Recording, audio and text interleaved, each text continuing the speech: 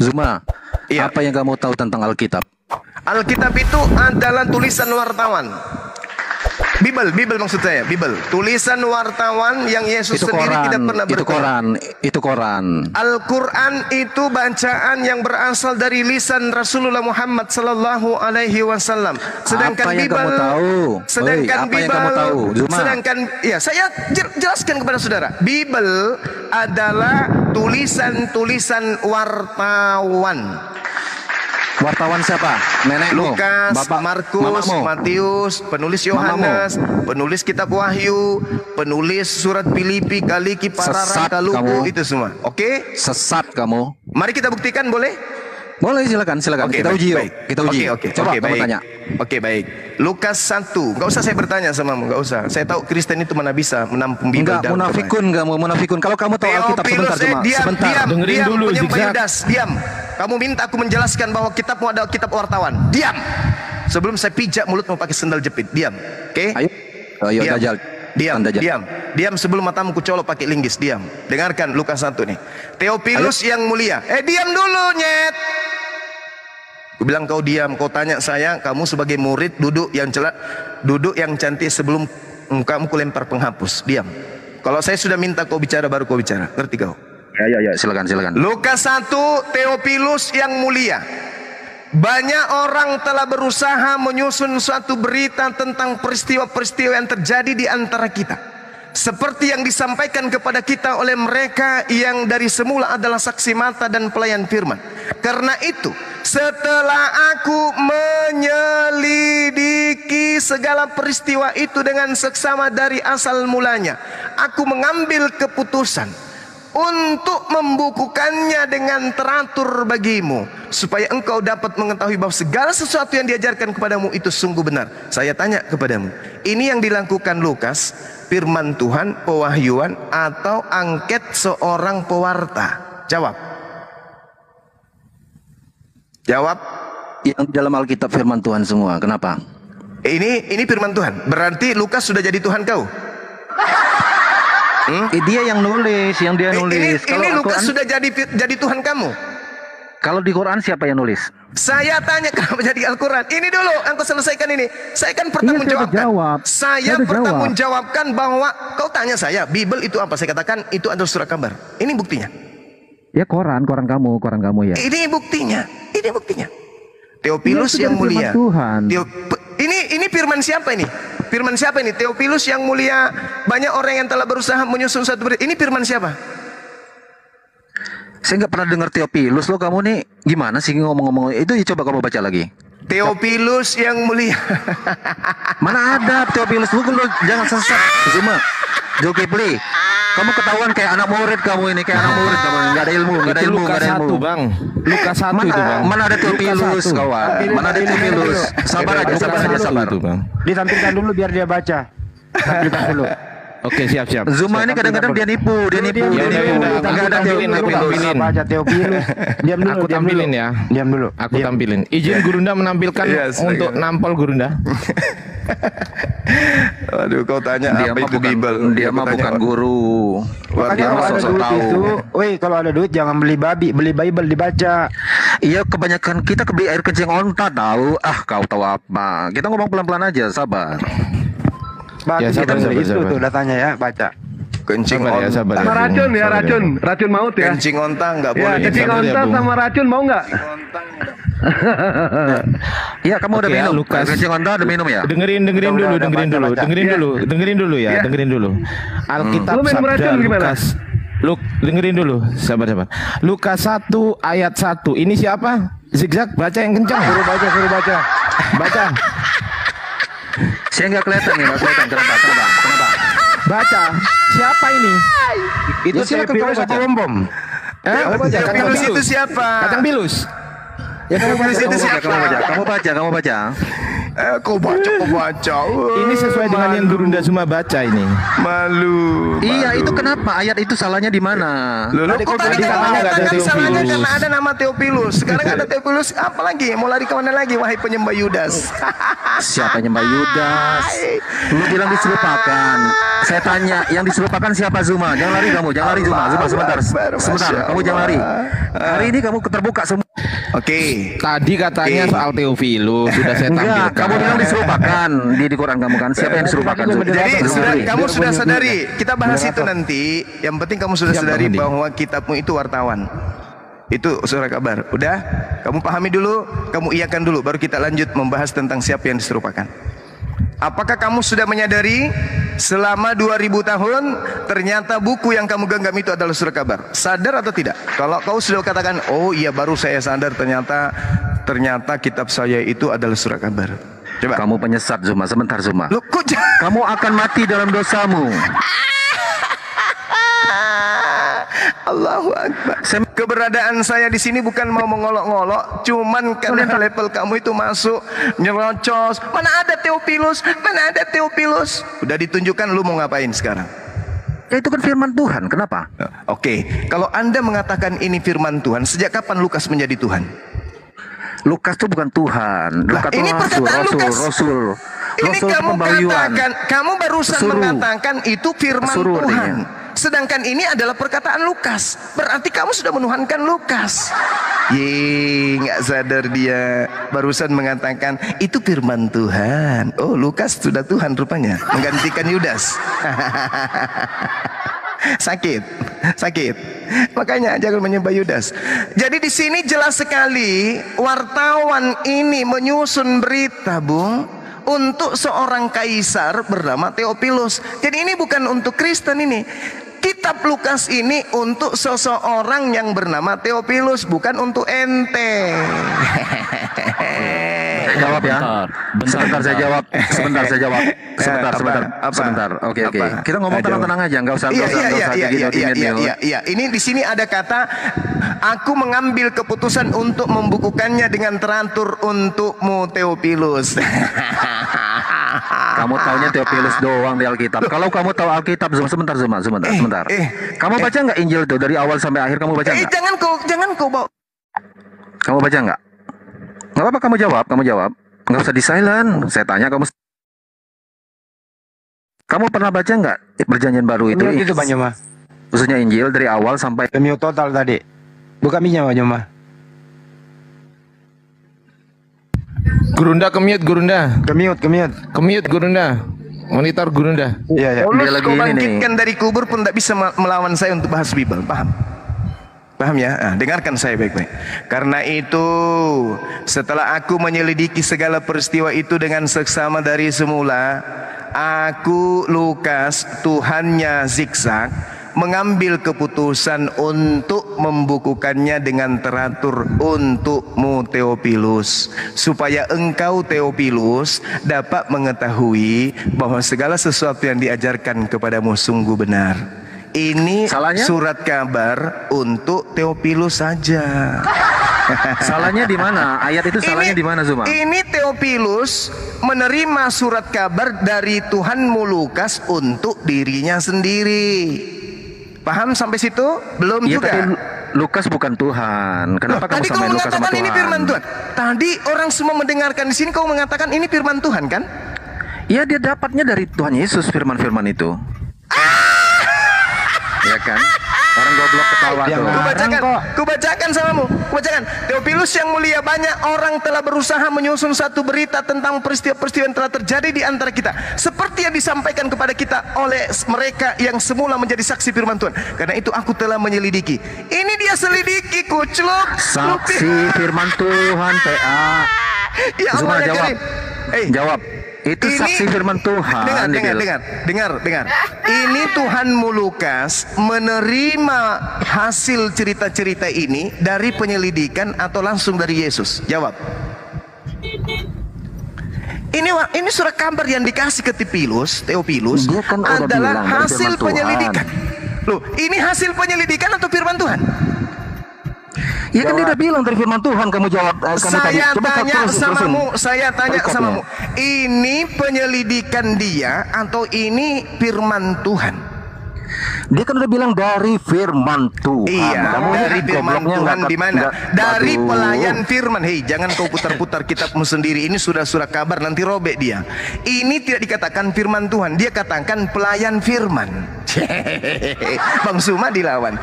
Karena itu setelah aku menyelidiki, Jul. Jul. kalau menyelidiki itu apa maksudnya? Wartawan, hartawan, atau bom-bom? Jawab. Jul, kamu mau kayak Agustan ya? Nggak percaya sama Alkitab, kentut Alkitab dalam sebulan saya mati nggak dia bilang. Agustan kau bawa ke sini, sedangkan bukan kitab suci aja dia perlakukan begitu, dia kena. Apalagi Kena, kalau kan? memperlakukan kitab suci. Nah, kamu ngaku kan sekarang kitab suci kan? Nah, apalagi kitab suci, Bukan. wartawan aja, Kamu ngaku kan? surat kabar aja, kalau di Durhaka itu Ahmad nggak beda. boleh. Ini nggak bisa Dengar, disebut dengar, ya, dengar. orang ini. Surat Bentar, kabar bentar. aja, kalau Nggak punya ilmu diperlakukan dia ini. tidak baik, itu nggak boleh. Apalagi kitab suci. Ayat aja. Nah, sekarang kamu jangan kemana-mana, jangan kemana-mana. Ini wartawanmu mengatakan menyelidiki peristiwa. Lalu setelah menyelidiki, dihadiahkan. Sabar. Yang greeting belakangan, gantian. Biar greeting sudah 2 tadi kan, ini yang ketiga. Yang keempat sabar. Aku menyelidiki peristiwa. Kalau ada seseorang menyelidiki peristiwa, itu apa namanya? Jawab saya. Jawab Itu dari saya. firman Tuhan perikop berikutnya itu. Kamu jangan panggil, kamu jangan potong-potong, jangan comot-comot. Makanya kamu comot-comot.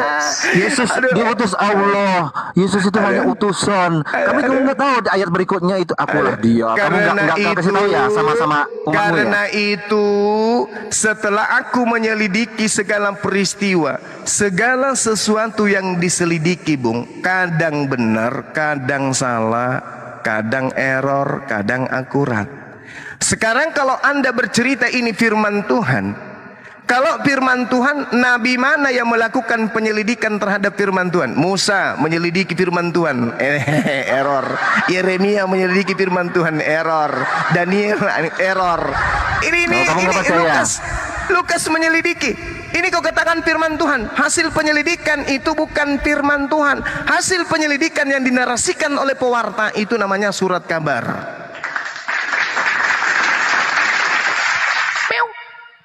Di Al-Maidah 68 kamu nggak baca? Nggak usah kau bawa ke kitab suci. Ini aja surat kabar kayak gini kau nggak paham. Kenapa bawa ke Al-Maidah? Apa hubungannya? Al-Quran itu kitab suci. Ini dulu surat kabar aja Jangan kamu nggak di-mute. paham. Jangan di-mute.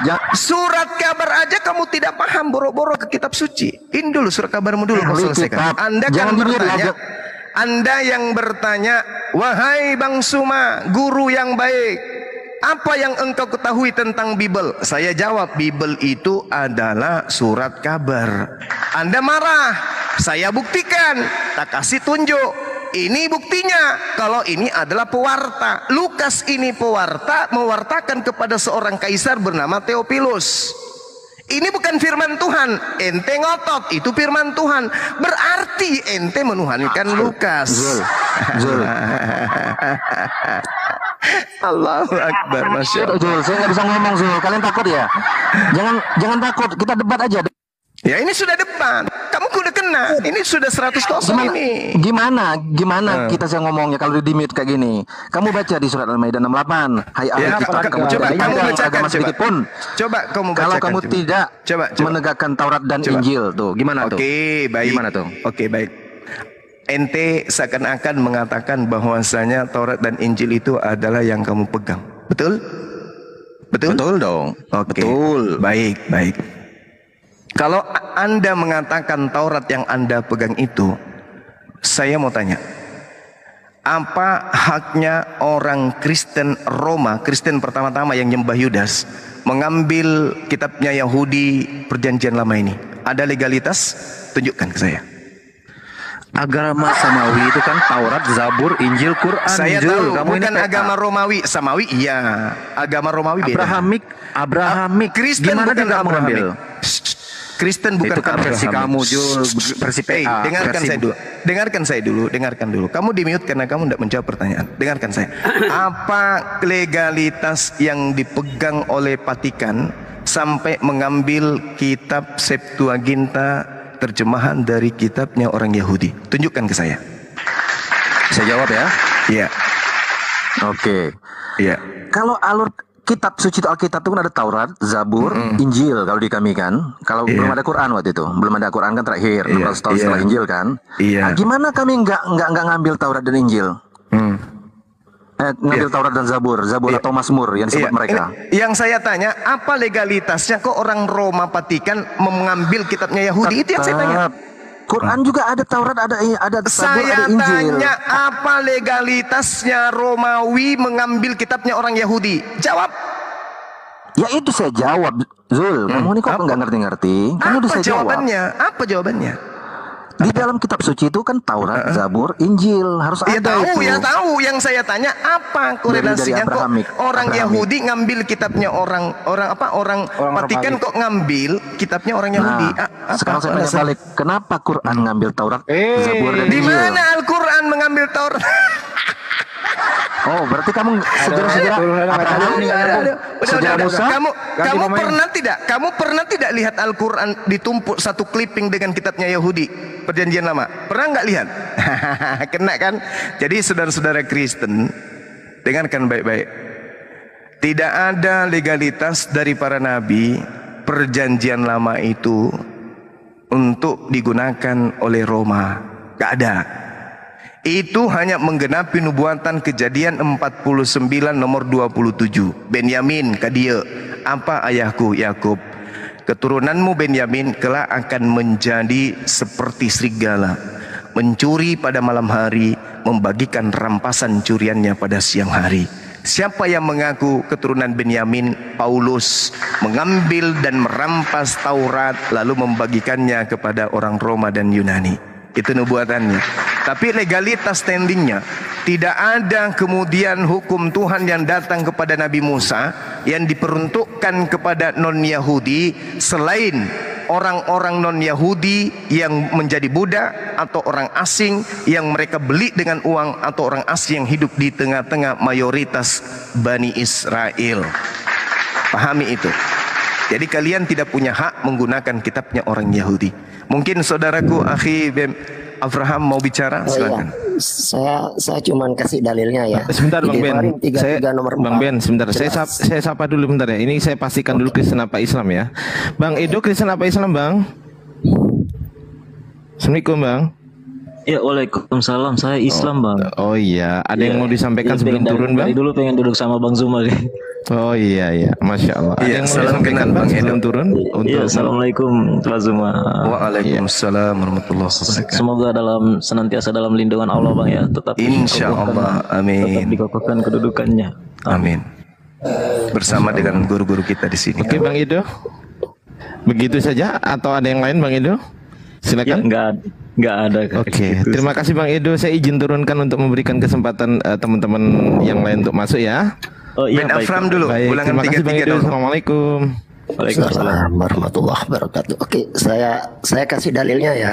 Ya, silakan. Sama dari Torah, dari Devarim 33 nomor 4 atau Ulangan 33 nomor 4, jelas di situ. Torah itu untuk jemaat Yakub. Masya Allah. Pegang. Terus dari Quran Al-Isra ayat 2, Torah itu adalah petunjuk untuk Bani Israel, bukan untuk Bani Romawi. Bro, kawan-kawan yang di Rom. Dua ayat dari Quran dan dari Torah sama-sama keselamatan yang tadinya jadi untuk hanya Israel kalian, ya. Dulu bro, sekarang terbuka kepada. Sabar dulu, saudara Raja. Belum selesai ngomong kok dipotong. Silakan Akhi bin Afram. Lanjut Bang Ben. Bang Ben. Dua kitab mengatakan bahwa Torah itu hanya untuk Bani Israel, bukan untuk Bani Romawi, bukan untuk Bani Yunani. Tepuk tangan dong. Terima kasih, lanjut. Masya Allah. Mantap. Masya Allah. Ya, silakan. Oke, sudah Bang Ben, kita sapa dulu. Bang Pawang ini Muslim atau Kristen, Bang? Ganti topinya Bang Ardiansyah. Taurat itu untuk Bani siapa? Enggak apa-apa, enggak apa-apa, Bang Handi, enggak apa-apa. Biar mereka sadar. Kita Bang Pawang Muslim. Itu bisa disisipkan itu nanti. Oh ya. Siap. Islam Ardiansyah. Ya, ada yang mau disampaikan sebelum turun Bang Pawang? Ini ada 2 Kristen Gurunda, Raja Man ini sama Last Child ini Kristen Gurunda. Saya hanya menyimak ya. Siap. Saya hanya menyimak ya. Moga-moga kita selalu dalam lindungan Allah Subhanahu. Amin. Amin. Amin. Amin ya Allah. Ya nggak apa-apa, saya diturun nggak apa-apa. Terima kasih Bang Pawang. Mohon maaf ya. Semangat. Yuk, assalamualaikum Bang Pawang. Waalaikumsalam. Oke. Silakan Gurunda, ada 2 Kristen. Saya nggak disapa. Astagfirullahaladzim, ya Allah, ya Allah, astagfirullahaladzim sampai lupa. Aduh, guru saya. Astagfirullahaladzim, ya Allah. Assalamualaikum warahmatullahi wabarakatuh. Waalaikumsalam warahmatullahi wabarakatuh. Ustaz Abu ya Allah. Mohon maaf Ustaz, aduh lupa sampean. Enggak nyadar aku. Oke. Lanjut Bang Raja sama Bang Lascal ini Kristen Gurunda. Silakan. Ya, silakan Saudara Raja, apa yang Anda ingin tanggapi tadi? Saya katakan Anda penyembah Yudas, bantai itu Bang. Silakan. Sejak manusia jatuh dalam dosa, jadi keselamatan yang tadinya hanya untuk Israel sekarang terbuka untuk dunia. Dalilnya mana? Lukas 16 ayat 16, lalu Yohanes 10 1 sampai 15. Itu dasarnya. Lalu Yesus Kristus begitu dia mau naik ke surga, dia sudah perintahkan, ajarkanlah semua apa yang telah kuperintahkan kepadamu ke setiap orang, termasuk kalian yang ada di room. Iya, begitu baik. Bro. Jadi kita orang Kristen bukan orang bodoh. Baik. Orang Kristen bukan orang-orang seperti yang kalian anggap. Oke, salah, bro. Baik. Pertanyaan saya kepada Saudara Raja ya. Apakah surat-surat yang Anda sebutkan tadi itu sudah ada pada saat penyaliban? Jadi begini, Alkitab itu Pertanyaan saya, boleh saya ulang? Apakah surat-surat tadi yang ditulis wartawan tadi itu? Ada susunannya.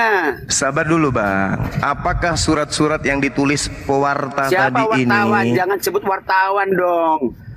Loh, dia yang memberikan cerita-cerita, kisah-kisah. Saya juga bisa menghina. Loh, ini dulu kitab Anda sebelum disebut Quran itu ditulis oleh siapa? Coba. Sabar dulu. Jawab dulu. Sabar dulu. Yang saya tanya kepada saudara. Kitabmu itu ditulis siapa? Coba. Dengarkan saya, Bung. Dengarkan saya. Saya tanya, jawab. Jawab. Dengarkan saya enggak, dulu. saya tidak mau dengar.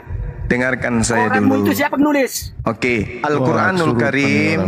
Al-Quranul Karim dituliskan oleh orang-orang yang diperintahkan langsung oleh baginda Rasulullah Muhammad sallallahu alaihi wasallam. Oke? Rasulullah menyampaikan Iqra bismi rabbikal ladzi khalaq. Sahabatnya menghafalkan Iqra bismi rabbikal ladzi khalaq. Sahabatnya menuliskan Iqra bismi rabbikal ladzi khalaq. Perintah huzu Quran min arba'ah. Khairukum man ta'allamal Qur'an wa 'allamahu. Rasulullah sendiri yang memerintahkan itu. Oke? Al-Qur'an menyebut dirinya, Rasulullah menyebut Al-Qur'an, Al-Qur'an menyebut Rasulullah. Zalikal kitabu la raiba fihi hudal lil muttaqin. Al-Qur'an menyebut dirinya, Rasulullah menyebut Al-Qur'an, Al-Qur'an menyebut Rasulullah. Klop. Sekarang adakah Yesus menyebut nama Lukas? Adakah Yesus menyebut nama Paulus? Adakah Yesus menyebut kitab Yohanes? Adakah Yesus menyebut kitab Matius? Tak ada. Kalau tidak ada, berarti itu hasil penyelidikan yang muncul belakangan. Maka muncul pertanyaan, pada saat penyaliban, apakah buku-buku ini yang ditulis oleh pewarta sudah tertulis? Belum. Kan belum. Maka jangan Anda menutup keadaan yang sesungguhnya dengan surat-surat pewarta. Jangan. Makanya saya katakan, apa latar belakang terjadinya penyaliban? Boleh kalau Anda ingin membahas agama Anda, oh penyaliban itu terjadi karena dosa waris. Penyaliban itu terjadi karena hukum Taurat adalah kutuk. Boleh. Itu kalau di gereja. Ini sekarang kita ingin mencari akar kebenaran. Apakah buku-buku yang Anda pakai untuk menutupi penyaliban itu menjadi sesuatu yang benar? Ada setelah, ada pada saat kejadian? Tidak ada. Yesus pernah membacanya? Tidak juga. Orang-orang Yahudi pada saat itu ada membacanya buku-buku itu? Tidak juga. Berarti dorong dulu buku itu. Jangan Anda pakai di sini. Pakai di internal Anda aja untuk membodohi sesama Anda. Di sini nggak bisa. Kita harus bercerita tentang keadaan penyaliban berdasarkan keadaan pada masa itu. Kitab apa yang ada pada saat itu? Kitab Perjanjian Lama. Apa kitab yang biasa dibacakan oleh Yesus ketika dia hari Sabat masuk ke sinagoga? Apa yang dibaca? Kitab Perjanjian Lama. Anda Yesus membaca Perjanjian Baru? Tidak ada. Kalau begitu, singkirkan dulu buku-buku wartawan tersebut ketika ingin menceritakan satu kebenaran fakta yang terjadi. Jangan bawa surat kabar, bawa berita yang akurat. Apa tuh akuratnya? Amsal, Yeremia, Mazmur, Ulangan. Itu yang kita bawa. Karena itu yang menceritakan keadaan pada masa itu. Bukan Perjanjian Baru yang nempel kemudian dalam keadaan yang tidak ngerti apapun. Oh, itu adalah teriak pada siang hari, Eli, Eli, Eli, Eli, Eli, lama sekali. Nggak ada yang kayak gitu-gitu. Itu hanya cocokologi yang muncul kemudian atas hasil upaya cocokologi terhadap kitabnya orang Yahudi. Jadi Anda diam dulu. Kalau hanya membahas kitab saudara itu nanti di internal Anda. Ini sekarang yang menjadi permasalahan adalah apa sebabnya Yesus ingin disalibkan oleh orang Yahudi? Apakah unsur dosa waris? Kalau ada karena unsur dosa waris, mana dalilnya? Di Perjanjian Lama. Jangan Anda tunjukkan dalilnya di Perjanjian Baru, kan lucu. Oke. Kalau karena dosa waris, mana dalilnya di Perjanjian Lama? Kalau karena untuk menghapuskan kutuk hukum Taurat, mana dalilnya di Perjanjian Lama? Harus yang sudah tertulis, jangan yang baru akan dikarang. Oke, nah sekarang ente berdua, saudara-saudara saya yang saya kasihi, pembasmi kebenaran dan juga Raja Guguk. Sekarang saya tanya kepada saudara, berdasarkan yang sudah tertulis, bukan yang akan tertulis, yang sudah tertulis, apa sebabnya rupanya oknum ini, jangan sebut nama, oknum ini mau disalibkan di atas tiang palang? Jawab. Diam dulu Raja Guguk. Foto saya foto Syekh Imran Hussein ya, bukan foto orang lain. Itu yang pertama. Apa sebabnya? Lihat di Ali Imran ayat 54 Juma. Ya kamu buka deh. Ya, kenapa lari ke Al-Quran? Jangan di-mute dong. Apakah sudah ada Al-Quran di situ? Apakah Al-Quran sudah ada pada saat ingin disalibkan si oknum ini? Ada. Al-Quran menjelaskan tiap sesuatu. Ini penjelasan yang belakangan, Bung. Ini penjelasan yang muncul belakangan. Yang kita inginkan pada masa itu. Apa sebabnya pada masa itu oknum ini ingin disalibkan? Ali Imran. Tak ada Ali Imran di situ. Wahai Ferdinand, jidat yang lebar seperti bukan Bendara Sultan Hasanuddin. Ferdinand, penipu yang mengaku bisa Ibrani, bisa Yunani, tapi ternyata nggak bisa sama sekali. Ya udah. Ferdinand, saya tanya sama Ferdinand, si jidat lebar seperti Bandara Hasanuddin. Saya tanya samamu, apa sebab yang melatar belakangi oknum yang ingin disalibkan oleh Yahudi pada saat itu? Apa yang melatar belakangi? Jangan kau bawa kitab wartawan, jangan kau bawa kitab suci Al-Quran. Bawa kitab yang ada pada masa itu. Tragedi pada masa itu harus dibahas dengan kitab yang ada pada saat itu dan kebiasaan orang-orang Yahudi pada saat itu. Jangan kau bawa Romawi Yunani di sini. Silakan. Ya sudah, kamu diam dulu dong. Ya nanti saya tanya, kamu jawab ya. Al-Quran itu menjelaskan Ferdinand, si jidat lebar sampai belakang. Aku tidak tanya yang itu, yang saya tanya apa sebabnya orang Yahudi ingin menyalibkan oknum yang ada di atas tiang salib yang Anda sembah itu. Itu pertanyaannya. Al-Quran belum ada pada saat itu, Ferdinand. Jawab. Jangan takut. Loh, kita bisa bahas Al-Quran kapanpun dan ayat manapun kita bisa bahas. Ini masalahnya membahas tentang oknum yang disalib ini, itu tak ada hubungannya dengan Al-Quran pada saat itu. Sebabnya ingin disalibkan itu apa? Kamu matahari terbit dari barat lagi kamu bilang. Ferdinand, si jidat lebar sampai belakang. Bukan aku bukan. Udah turunkan, Dinda turunkan. Turunkan. Monyet ini diturunkan. Saya kenal beliau penghujat dari sejak dulu. Si Ferdinand manusia yang alisnya, alis kirinya panjangnya 2 jengkal. Itu diturunkan, enggak pakai di sini. Dia biasa nelpon saya sampai 3 jam 4 jam dah habis-habis. Tapi ilmu enggak ada. Ya, silakan Saudara Raja, apa sebabnya oknum yang mati di atas tiang salib ini disalibkan pada saat itu? Apakah karena dosa? Itu tidak mungkin, karena itu ajaran Kristen belum ada. Apakah karena Taurat itu hukuman Taurat itu kutuk? Itu nggak ada, karena itu ajaran muncul dibuat-buat oleh gereja Kristen. Sekarang kita dudukkan persoalan yang sesungguhnya. Apa sebabnya kemudian orang Yahudi ingin menyalibkan orang tersebut? Silakan. Iya, tunggu. Jangan hanya kitab sucinya orang yang kau bahas-bahas. Kitabku juga saya harus bahas. Iya, Al-Quran meluruskan. Sekarang saya tanya, kenapa kau bertanya? Tuhan yang diberitakan oleh Muhammad itu yang kau sudah jawab dulu pertanyaannya itu loh. Apa sebabnya Yahudi mau menyalib Yesus? Itu dulu.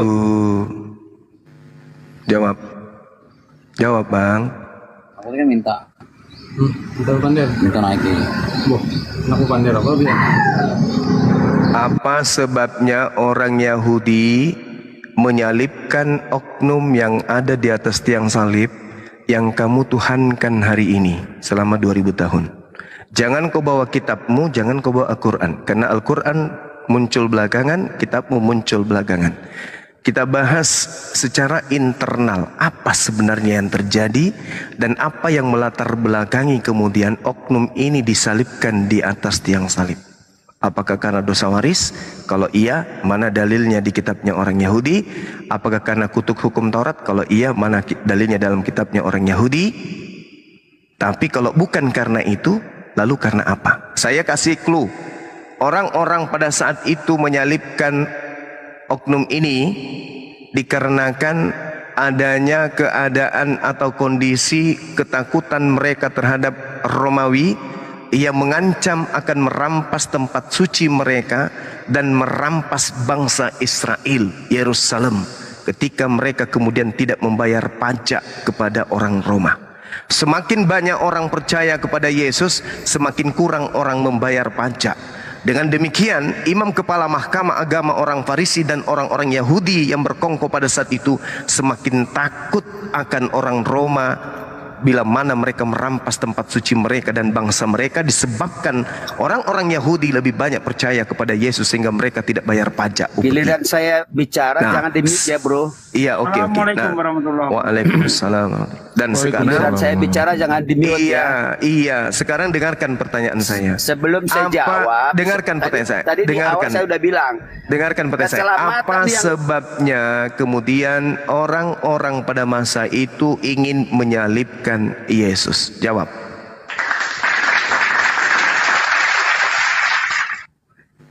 Kalau ngerti bahasa Indonesia dijawab, kalau nggak ngerti bahasa Indonesia muter.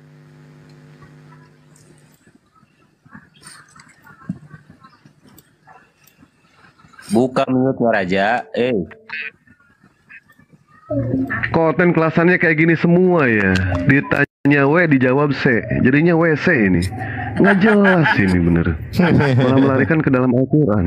Karena kalau menjawab jujur hancur. Ya ditanya W. Kenapa mendadak pingsan Raja? Ya, sebentar teman-teman, aku sapa dulu ya. Siapa tahu beliau juga Kristen. Pak Untung, selamat sore. Pak Untung? Nggak beruntung kau.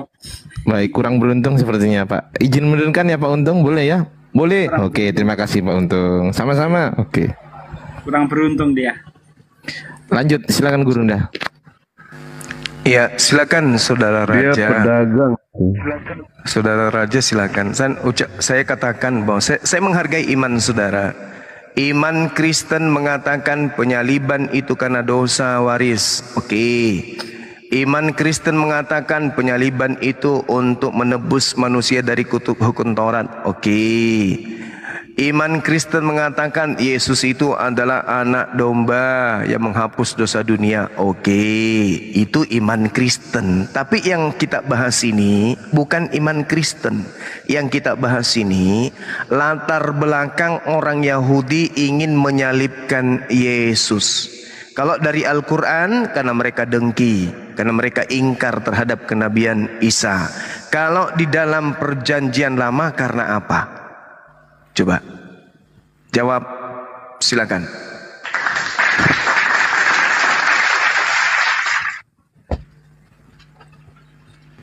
Kalau dia bisa jawab jujur, saya berhenti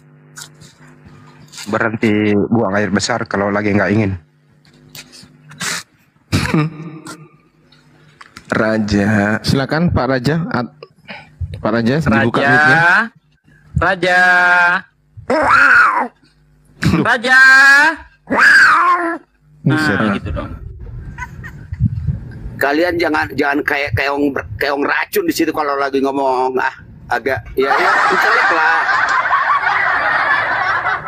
Jawab Pak. Jawab pertanyaan Guru Zuma. Jawab. Jadi gini, keselamatan yang sudah diberikan kepada Israel sekarang terbuka kepada dunia.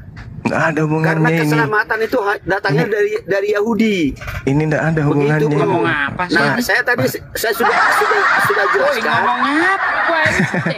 Ini bahas tentang 3 ayat 15. Ini ngomong apa? Itu saya mau jelasin. Kejadian 3 ayat 15. Tadi kan cuma kan bilang true. Kejadian 3 ayat 15 itu sudah Injil itu, sudah berita keselamatan. Lalu dinubuatkan oleh Nabi Yesaya. Yesaya 53. Mati meja. Sudah ditambah dengan kejadian pada waktu itu. Begitu bro. Jadi keselamatan itu bukan hanya untuk Israel saja. Sekarang tadi yang ada di Rom. Yang bahas keselamatan siapa sih? Persoalannya yang saya terima Yesus sebagai Tuhan dan yang ngomong keselamatan siapa? Pertanyaannya itu Bang, pertanyaannya loh, apa sebabnya Yahudi ingin menyalib dan membunuh Yesus? Itu Pak, bukan keselamatan. Ini Anda ini punya kuping nggak sih? Lama-lama ini saya lempar gelas ini tetangga saya nih. Ditanya apa, jawabnya apa? Ada yang putus otak saraf otaknya kali ya, nggak nyambung kalau ditanya. Ya ini mungkin Bro Admin bisa bantuin jawab, Bro Admin. Selamat siang Pak Suki, Bang Andi. Selamat siang Bro Admin. Ya, siang juga. Iya, silakan Bro Admin, barangkali mau membantu menjawab pertanyaan yang diajukan oleh Guru Zuma, silakan. Pertanyaannya itu yang di tulisan itu 2000 tahun penyembah. Bukan, yang barusan ini loh. Barusan masuk.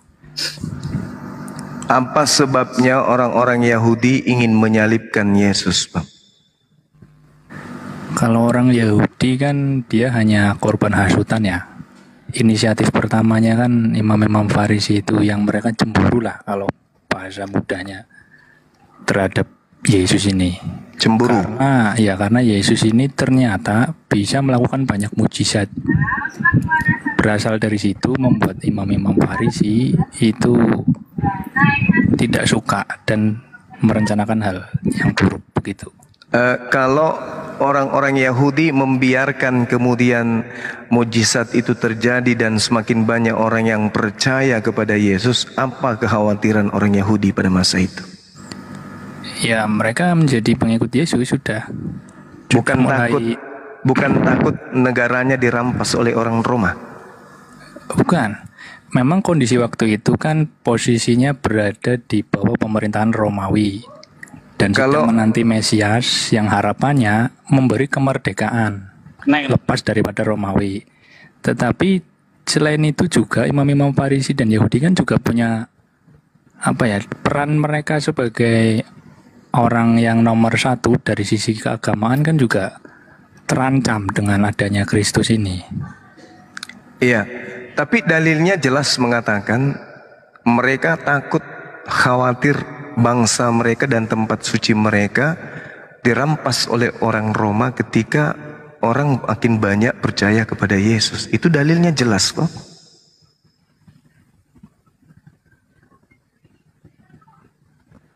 Iya, ya.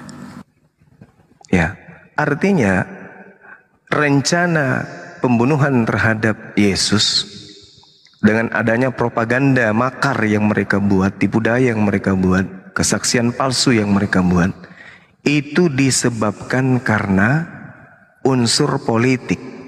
Takut bangsa dan tempat sucinya dirampas oleh orang Roma.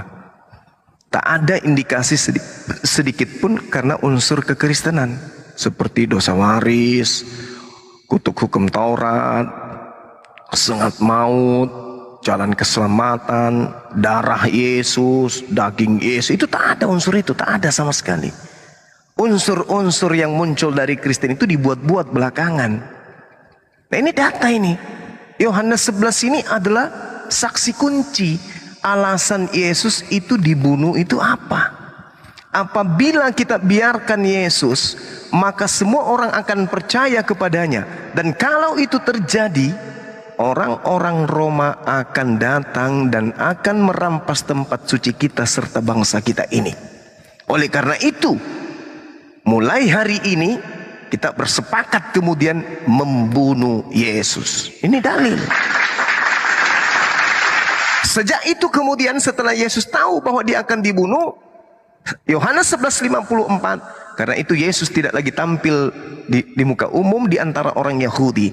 Ia berangkat dari situ ke daerah dekat padang gurun, ke sebuah kota yang bernama Efraim, dan di situ ia tinggal bersama-sama dengan murid-muridnya.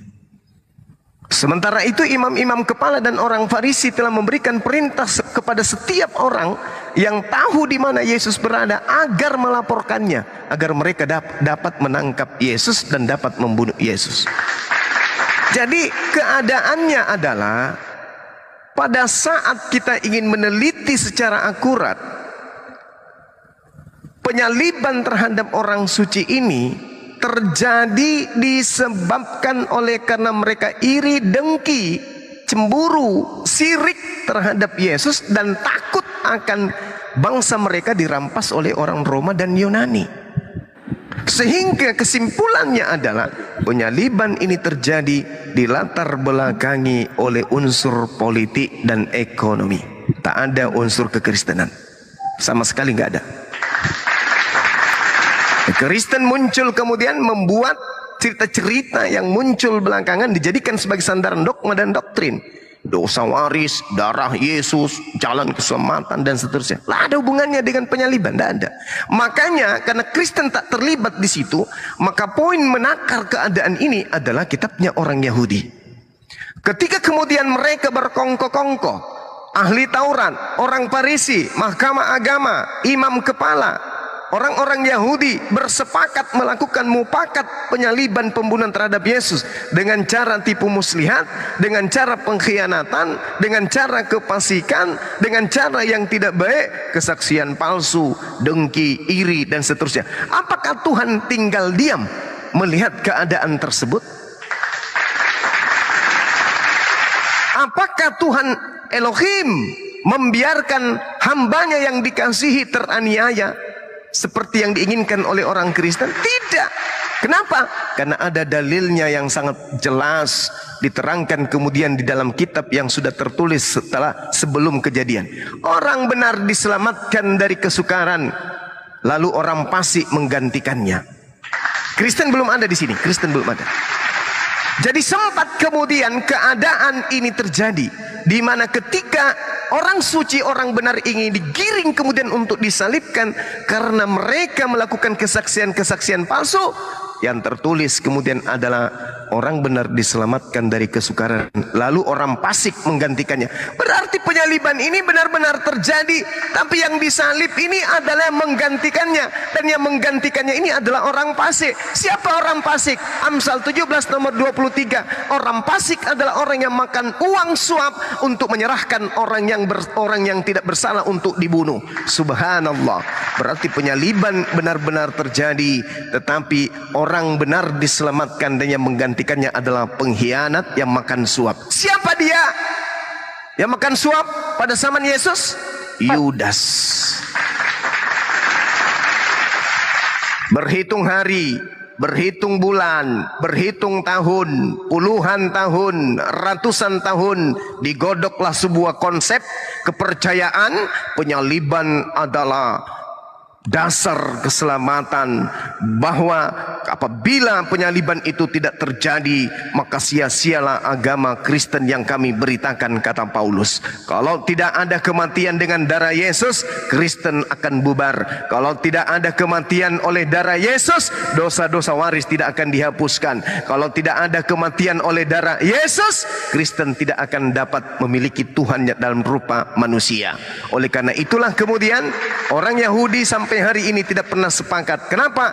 Karena orang Kristen hanya mengada-adakan cerita-cerita penyaliban terkait dengan Elohim yang datang mengambil rupa manusia, merendahkan diri, menghindarkan diri, taat sampai mati, bahkan taat sampai mati di atas tiang salib. Itu adalah cerita-cerita yang muncul belakangan dari barat. Kembali kepada firman Tuhannya. Orang benar diselamatkan dari kesukaran, lalu orang fasik menggantikannya. Siapa yang fasik pada saat itu? Yang makan suap. Siapa yang makan suap? Yesus atau Yudas? Ada yang mau jujur mengakui? Sebentar, saya sapa dulu Bang Bro Admin. Saya sapa dulu ya. Bang Mario dari Kristen ya? Iya, beliau Mario dosen. Ya, ada yang mau jujur, siapa sebelum buku-buku Kristen ini dicetak, ditulis, kita mundur dulu ke belakang. Pertanyaan saya, siapa yang makan suap antara Yesus dan Yudas? Ada yang mau jujur mengakui?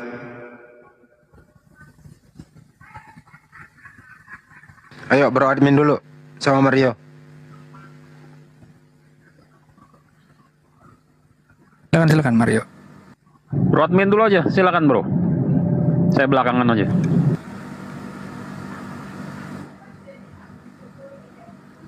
Iya. Sorry soalnya tadi sempet tak tutup, jadi aku nggak denger yang terakhir, makanya aku ini. Siapa yang makan suap? Yesus. Kalau menerima suap, atau Yudas memang menerima suap. Ya. Sudah ada ayatnya. Berdasarkan kemudian dalil dalam kitabnya orang Yahudi, Ulangan 21 nomor 22, di situ sangat terang dikatakan bahwasanya apabila seorang berbuat dosa yang sepadan dengan hukuman mati, lalu ia dihukum mati, kemudian kau gantung dia pada sebuah tiang, maka jangan mayatnya dibiarkan semalam-malaman pada tiang itu, tetapi haruslah engkau menguburkan dia pada hari itu juga, sebab seorang yang digantung terkutuk oleh Allah. Jangan kau biarkan menajiskan tanah yang diberikan Tuhanmu sebagai milik pusakamu. Sekarang kalau Yudas ini yang makan suap, berarti yang dikutuk oleh Allah di sini siapa? Yesus atau Yudas? Silakan. Kita butuh orang yang jujur. Maksudnya dikutuk gimana? Dalam hal orang terkutuk dikatakan orang berdosa, Yesus sama sekali tidak berdosa. Ya, tidak berdosa. Jadi kalau dikatakan terkutuk ya dia memang tidak berdosa dan tidak terkutuk. Oke, baik. Tapi menerima. Berarti yang mati di atas tiang salib ini siapa? Kalau dari Kristen terutama saya, ya sudah pasti Yesus, Pak. Alasannya dia mati terkutuk apa? Alasan dia enggak tentang siapa Yesus, tentang saya tanya, dia dikatakan alasannya dia mati terkutuk itu dia menerima apa? Dia menerima kutuk. Jadi yang terkutuk itu kan orang berdosa. Tolong posisinya tunjukkan Yesus dalilnya. Itu menggantikan. Oh, saya jangan bawa Kristen. Itu Kristen itu Kristen. Siapapun saudaraku Bro Admin, siapapun yang di atas tiang salib ini, mau dia bom kah atau dia herdi kah, itu nanti akan digodok oleh mimbar gereja, oleh pabrik gereja, bahwa kematiannya menerima kutukan orang-orang. Kita kutuk karena kita lah yang ditanggung. Itu berita muncul. Jangan ke sana dulu. Jangan ke situ. Itu cerita yang berbeda. Ini kita dudukkan versi yang sebenarnya dulu. Kita dudukkan versi yang sebenarnya dulu. Orang yang mati terkutuk oleh Tuhan adalah orang yang melakukan dosa yang sepadan dengan hukuman mati. Ulangan 21, 22, 23. Itu dulu yang harus kita pahami dengan baik. Nah sekarang permasalahannya, terlepas dari iman Kristen kita hargai. Itu iman Kristen. Kita menghargai. Makanya kita hidup berdampingan, damai-damai saja karena kita menghargai. Tapi kita ingin mencoba untuk menguraikan kebenaran versi kita supaya kita jangan selamanya tersesat. Sekarang keadaan yang terjadi, Al-Quran mengatakan tragedi itu ada, Bible mengatakan tragedi itu ada. Marilah sekali-kali kita menakar kebenaran itu dengan mencari secara kritis duduk persoalan yang sesungguhnya. Terkutuklah orang yang menerima suap untuk membunuh seseorang yang tidak bersalah. Ulangan 27 nomor 25. Kira-kira yang kena dalil ini Yesus atau Yudas? Terkutuklah orang yang menerima suap untuk membunuh seseorang yang tidak bersalah. Dan seluruh bangsa itu harus berkata amin. Haleluya. Ayo, ulangan 27 nomor 25. Kira-kira nih, yang terkutuk, yang menerima suap, yang menyerahkan dan berkhianat kepada orang benar, gurunya sendiri untuk diserahkan agar dibunuh oleh tentara Romawi, itu siapa? Yesus kah atau Yudas? Kita jujur dulu. Iman Kristen kita akui, oke, Yesus yang mati tujuannya untuk dosa-dosa kita. Yesus yang mati tujuannya untuk dosa waris. Yesus yang mati untuk membebaskan dari kutu hukum Taurat. Yesus mati untuk darahnya dan ininya, oke, itu iman Kristen. Kita coba dulu takar kejadian itu pada tempat yang sesungguhnya. Ulangan 27 nomor 25. Terkutuklah orang yang menerima suap untuk membunuh seseorang yang tidak bersalah. Pertanyaannya, yang menerima suap apakah Yesus atau Yudas yang ingin membunuh orang yang tidak bersalah dengan cara berkhianat, menyerahkan kepada orang untuk dihakimi? Yesus atau Yudas? Ini dulu. Jujur, bukankah kejujuran itu adalah jalan keselamatan? Kata Yesus, kasihilah Tuhanmu dengan akal budimu. Berarti kita harus menggunakan akal menakar sebuah keadaan. Yang jujur, siapa orang terkutuk yang menerima suap, yang membunuh, yang menginginkan pembunuhan terhadap orang yang tidak bersalah dengan menyerahkan orang benar untuk dihukum, dan seluruh bangsa itu harus berkata amin, haleluya. Silakan.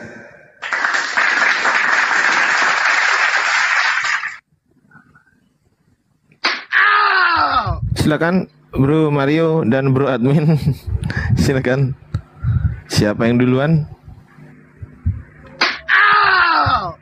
Bro Admin dulu. Kan tadi masih itu. Nanti baru saya. Gimana? Kalau sudah. Ya, silakan. Bro Admin dulu aja. Bro Admin sudah menjawab. Udah Mario aja, nggak apa-apa, jawab aja. Oke, Mario, silakan Mario. Oke, suara saya jelas. Lanjut. Jelas. Oke. Jawaban saya begini Bang Zuma. Sorry Bang, sinyalku tadi merah. Oh, oke. Pak Mario dulu apa aku dulu nih? Terserah. Bebas. Bro Admin boleh. Ya, oke. Hum Pimpa dulu deh, Hum Pimpa. Gak apa-apa, aku sedikit aja. Begini Bang Zuma, lanjut. mengenai ulangan 2725 itu adalah hukum yang sudah ada. Kalau pertanyaannya, dalam peristiwa Yesus ada orang yang berkhianat, yaitu Yudas, persis seperti yang tertulis dalam ulangan. Bukan berarti kemudian peristiwanya berubah.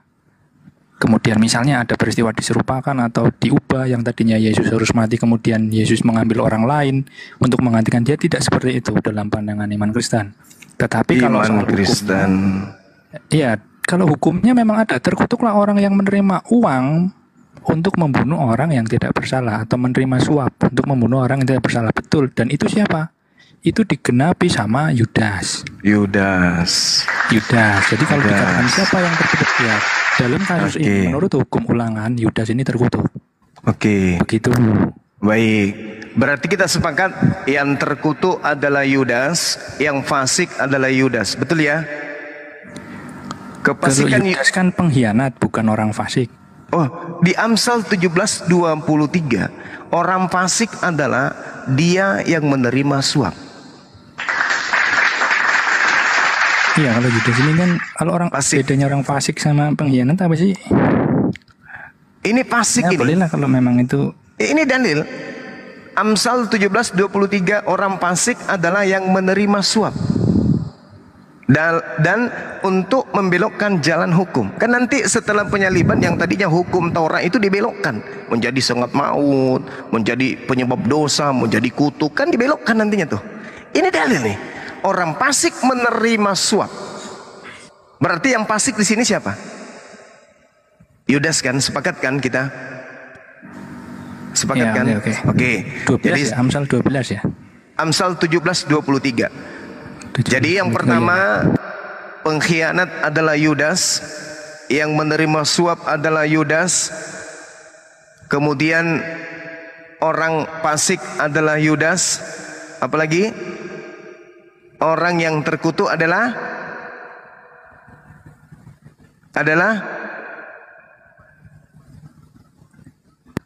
orang fasik maksudnya.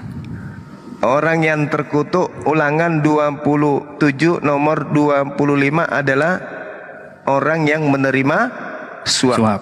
Berarti ini kenanya kepada Yesus keempat poin ini atau kepada Yudas? Kalau dari narasinya yang disebut terkutuk ya otomatis Yudas.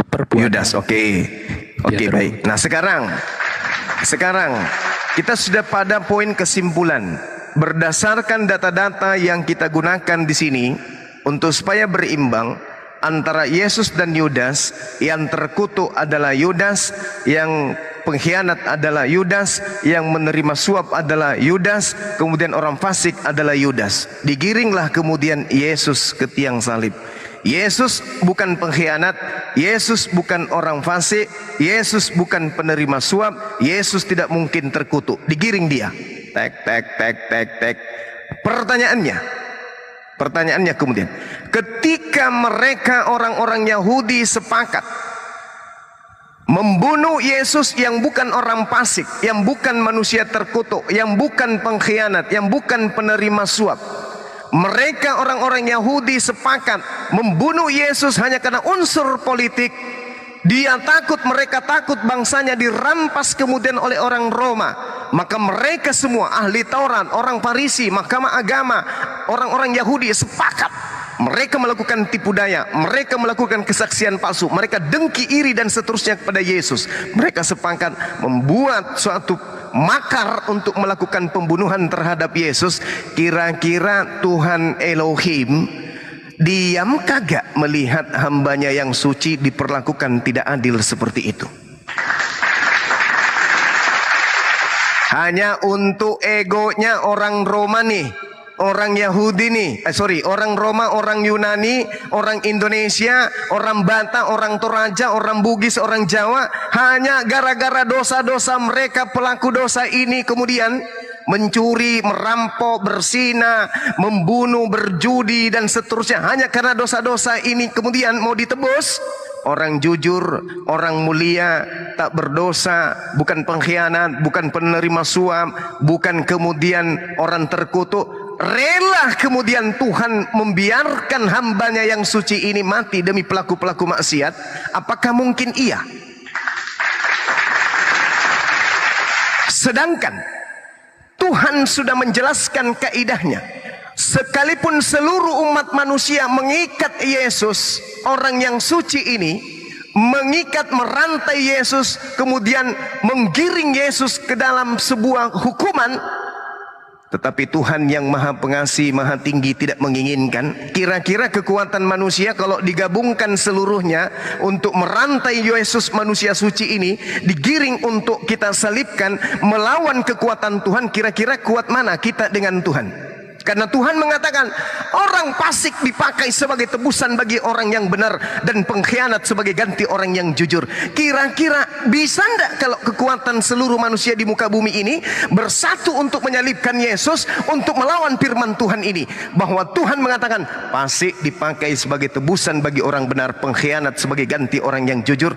Bahkan di dalam Amsal yang lain dikatakan pula bahwasanya Tuhan tidak akan pernah membiarkan orang yang bersalah menjadi benar.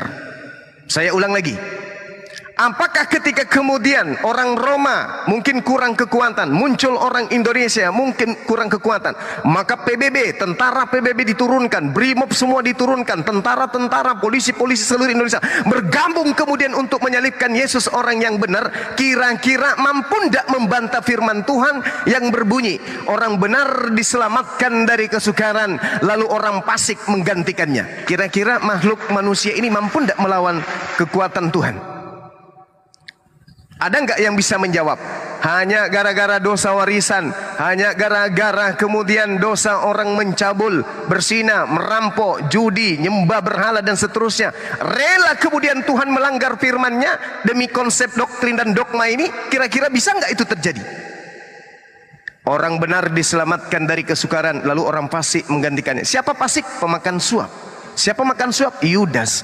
Siapa orang benar? Yesus. Amsal 11 nomor 8. Orang benar diselamatkan dari kesukaran, lalu orang fasik menggantikannya. Kira-kira nih, kalau kita semua bersatu hidup pada masa itu, ayo kita serbu Yesus. Ada yang pegang kakinya, ada yang pegang matanya, ada yang pegang rambutnya, ada yang jambak pantatnya. Kita giring dia untuk kita salibkan. Kira-kira Tuhan mampu tidak menyelamatkan hambanya dan menggantikannya dengan orang yang fasik?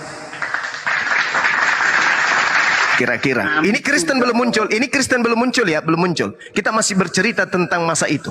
Kira-kira nih, pencipta langit dan bumi mampu tidak menyelamatkan hambanya yang suci? Karena dia mengatakan apabila ada orang melakukan dosa setara dengan hukuman mati, jangan kau biarkan mayatnya semalam-malaman, sebab orang yang mati terkutuk oleh Allah, jangan kau biarkan mayatnya menyentuh tanah sebagai tanah milik pusakamu. Ini dalil yang tidak bisa kita rubah dan tidak bisa kemudian kita tolak. Kira-kira nih, ketika Yesus datang digiring kemudian, apakah Tuhan pencipta langit dan bumi yang sudah berikrar menyelamatkan, di mana di dalam Keluaran 23 dikatakan begini. Keluaran 23 dikatakan begini. Keluaran 23 nomor 7 dan nomor 8. Kita lihat apa yang kemudian Tuhan katakan di sana. Ini ada satu indikasi kuat. Harus kau jauhkan dirimu dari perkara dusta. Artinya kalau perkara dusta, saya takut dengan agama Kristen. Kenapa saya takut kepada agama Kristen? Karena apa yang diceritakan Kristen, Yesus mati karena dosa waris, Yesus mati karena tebus dosa, Yesus mati karena menebus Taurat, Yesus mati karena ini. Saya takut dengan ajaran itu, karena itu tidak ada dasar pijakannya di dalam kejadian tragedi tersebut. Saya takut dengan Kristen. Harus kau jauhkan dirimu dari perkara dusta. Dengan kata lain, harus kau jauhkan dirimu dari agama Kristen. Orang-orang yang tidak bersalah, orang yang benar tidak boleh kau bunuh. Ini firman Tuhan nih. Ini firman Tuhan. Artinya Yesus orang benar. Yesus bukan pengkhianat. Yesus bukan penerima suap. Yesus bukan orang terkutuk. Jangan kau bunuh orang yang tidak bersalah, Yesus, dan orang yang benar, Yesus. Tidak boleh kau bunuh, sebab aku tidak akan pernah membenarkan orang yang bersalah. Romawi, Yunani, Kristen, Banta, Indonesia, Jawa, Bugis, Manado, Toraja dan semuanya tidak akan pernah kubenarkan. Tidak akan pernah dosa-dosanya kuhapuskan dengan membunuh orang yang benar. Tidak akan pernah dosa waris mereka akan kuhapuskan dengan membunuh anakku yang kukasihi. Tidak akan pernah kubenarkan pencuri ayam, pencuri sepeda, pencuri kelereng. Untuk mereka kuampuni demi untuk mereka aku bunuh orang yang benar. Karena dalilnya jelas. Jangan kau membunuh orang yang bersalah, orang yang tidak bersalah. Jangan kau membunuh orang yang tidak berdosa, sebab aku tidak akan membenarkan orang yang bersalah. Kalau dalil Kristen kebalik, apa dalil Kristen? Haruslah kau dekatkan dirimu kepada perkara dusta. Orang yang tidak bersalah harus kau bunuh. Orang yang tidak bersalah harus kau bunuh. Sebab aku Tuhan akan membenarkan orang yang bersalah. Dibalik oleh orang Kristen dalil ini. Dibalik, itulah hebatnya Kristen. Maka Al-Quran datang kemudian meluruskan, wa makaru wa makarallah wallahu khairul makirin. Ini Al-Quran meluruskan. Kenapa? Karena Kristen membuat makar terhadap Tuhan. Harus Haruslah kau jauhkan dirimu dari perkara dusta. Dibalik, harus kau dekatkan dirimu kepada perkara bohong. Orang yang tidak bersalah jangan kau bunuh. Dibalik, orang yang tidak bersalah harus kau bunuh. Dan orang yang benar tidak boleh kau bunuh. Dibalik oleh Kristen. Dan orang yang benar harus kau bunuh. Sebab aku tidak akan membenarkan orang yang bersalah. Dibalik lagi, sebab aku akan membenarkan orang yang bersalah. Ini lucu. Ini lucu. Ini lucu. Oleh karena itulah kemudian di data nomor 8-nya dikatakan apa? Suap jangan kau terima.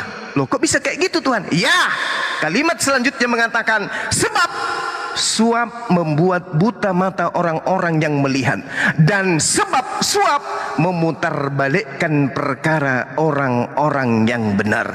Orang benar diputar balik menjadi orang terkutuk. Orang benar diputar balik menjadi orang fasik. Orang benar diputar balik sebagai pengkhianat. Orang benar diputar balik sebagai penerima suap. Na'udzubillah tsumma na'udzubillah. Inilah Kristen. Makanya tema kita, judul kita, 2000 tahun sudah orang Kristen menyembah Yudas. Karena mereka memutarbalikkan perkara-perkara orang benar. Yesus yang benar dijadikan tumbal di atas tiang salib sebagai orang terkutuk. Yesus yang benar dijadikan tumbal di atas tiang salib sebagai penerima suap. Yesus yang benar dijadikan sebagai tumbal di atas tiang salib sebagai pengkhianat dan seterusnya. Ada apa dengan Kristen? Ini pertanyaan. Kenapa saudara-saudara Kristen yang saya kasihi pingin kali orang suci ini mati? Apa dalil pembenarannya? Oh, ada Bang Suma. Di mana? Di Galatia 3 nomor 13. Apa itu? Kristus mati menebus kita dari kutuk Taurat dengan jalan menjadi kutuk. Sejak kapan Taurat itu kutuk bagi orang Kristen? Bukankah Taurat itu bukan untuk ente? Bukankah Taurat itu hanya untuk Bani Israel? Jadi kalau Taurat itu benar-benar kutuk, itu kutuk untuk yang empunya. Siapa yang punya Taurat? Bani Israel. Terus kenapa ente yang dibebaskan dari kutukan Taurat? Sejak kapan Taurat itu untuk ente? Ini hanya akal-akalan. Ini hanya propaganda. Ini hanya makar. Makanya Al-Quran mengatakan mereka orang-orang kafir membuat tipu daya. Wa makaru wa makarallah wallahu khairul makirin.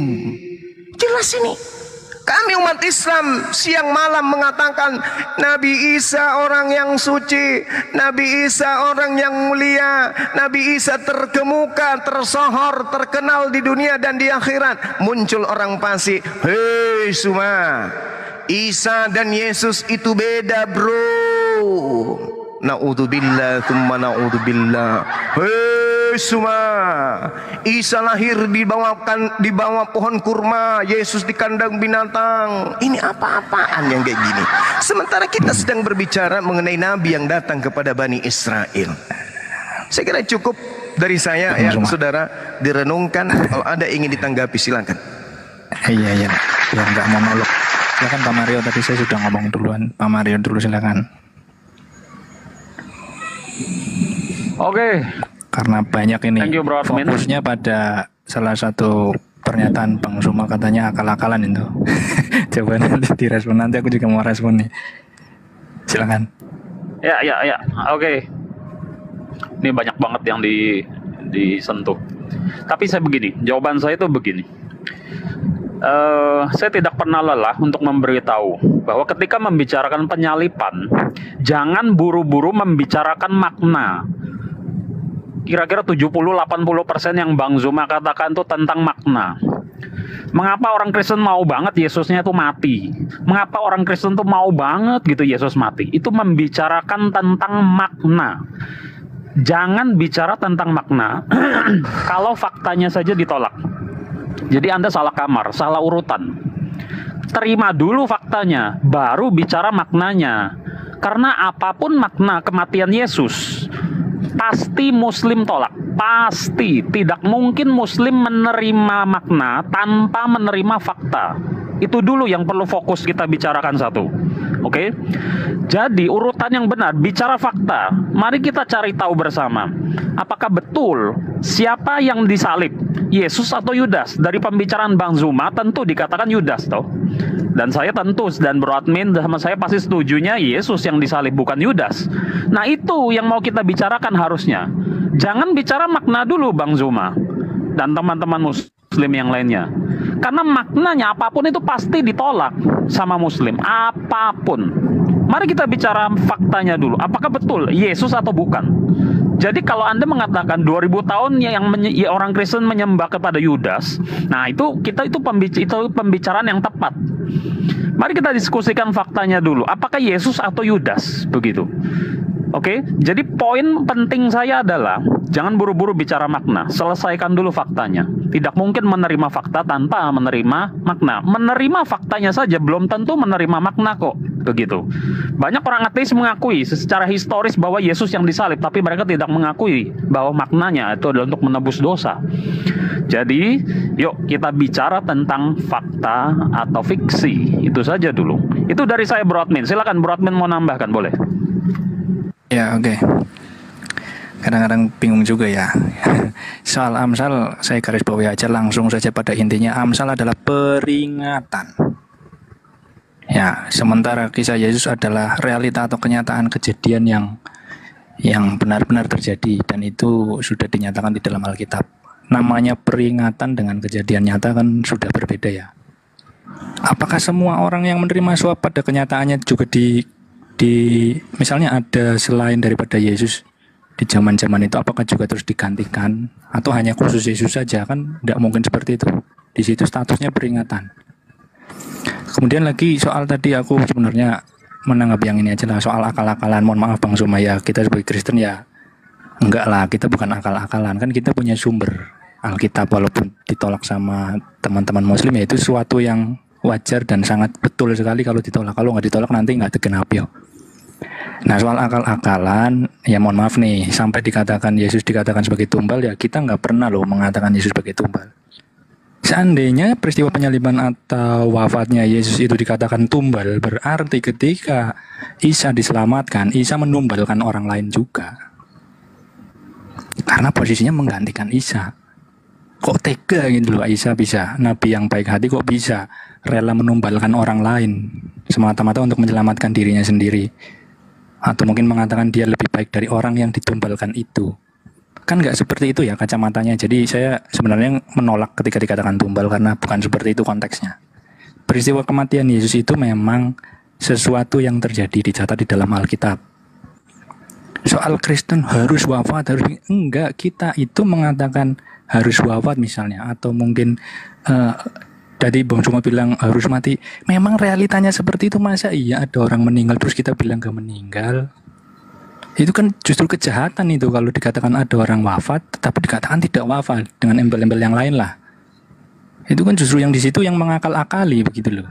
Karena Alkitabnya berbunyi dia wafat, kecuali di dalam Alkitabnya sendiri diterangkan dengan jelas tidak wafat, nah itu baru bolehlah diadu argumen lagi begitu. Begitu tanggapan saya, silakan Pak Suma. Oke, yang pertama Kisah Para Rasul 25 nomor 19, mereka berselisih paham tentang seseorang yang bernama Yesus. Mereka mengatakan mati sedangkan Paulus mengatakan hidup. Selisih paham.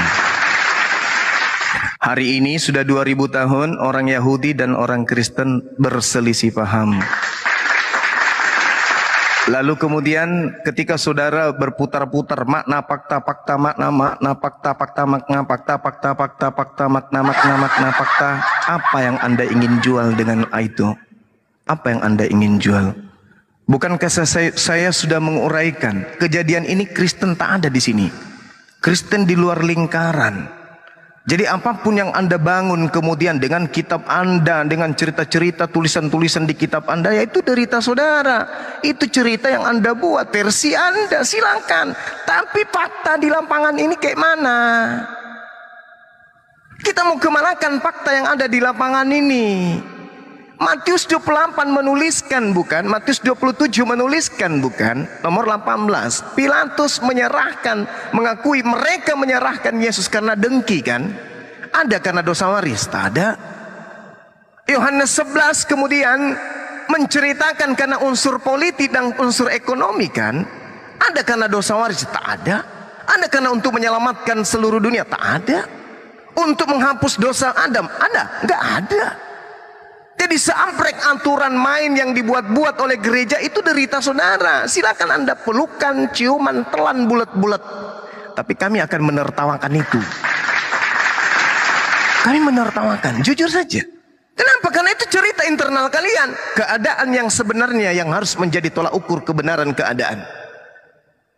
Kenapa ini kami harus bercerita? Karena Al-Quran mengatakan itu. Wa makaru wa makarallah wallahu khairul makirin. Salah Al-Quran? Tidak. Kok bisa benar? Baca Matius 26 nomor 59. Imam kepala bahkan mahkamah agama melakukan apa? Makar. Al-Quran salah? Tidak. Dari mana Al-Quran tahu ini? Rasulullah baca Bible? Tidak. Rasulullah ke Vatikan? Enggak juga. Rasulullah ke Yerusalem? Enggak. Rasulullah kemudian bertemu Paulus? Tak ada. Bertemu Matius? Tidak juga. Allah Subhanahu wa ta'ala yang menerangkan mereka melakukan makar untuk membunuh Nabiku Isa alaihissalam. Itu dalil. Matius 26 nomor 59. Mereka melakukan kesaksian palsu. Makar. Makar itu. Mulai hari itu mereka sepakat membunuh Yesus. Dan mulai hari itu Yesus tak lagi muncul nampak di tengah-tengah Yahudi. Dia sembunyi di gurun di kota yang di sebuah wilayah yang bernama Efraim bersama dengan muridnya. Sembunyi dia. Lalu kemudian Farisi, imam kepala mahkamah agama, membuat sayembara. Siapa yang melihat Yesus, tolong tunjukkan, kami akan bunuh. Apa tujuannya dibunuh? Tujuannya apa dibunuh? Tujuannya supaya bangsa mereka tidak dirampas oleh Roma. Ada di situ iman Kristen masuk? Nggak ada. Iman Kristen mah beda. Dia harus dibunuh demi menebus dosa. Sampai-sampai Yesus disebut anak domba lah. Ya kan? Padahal itu juga bertentangan dengan tradisi Yahudi. Yang dipersembahkan menebus dosa hewan, bukan manusia. Kecuali Dewa Molok, baru manusia. Lagi-lagi nak berat Dewa Molok nanti. Jadi kalau saudara mengatakan makna, fakta, makna, faktanya Yesus tidak menerima suap.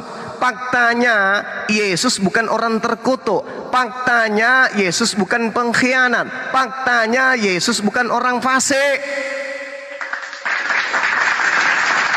Faktanya Yudas fasik, faktanya Yudas pengkhianat, faktanya Yudas menerima suap, faktanya Yudas terkutuk.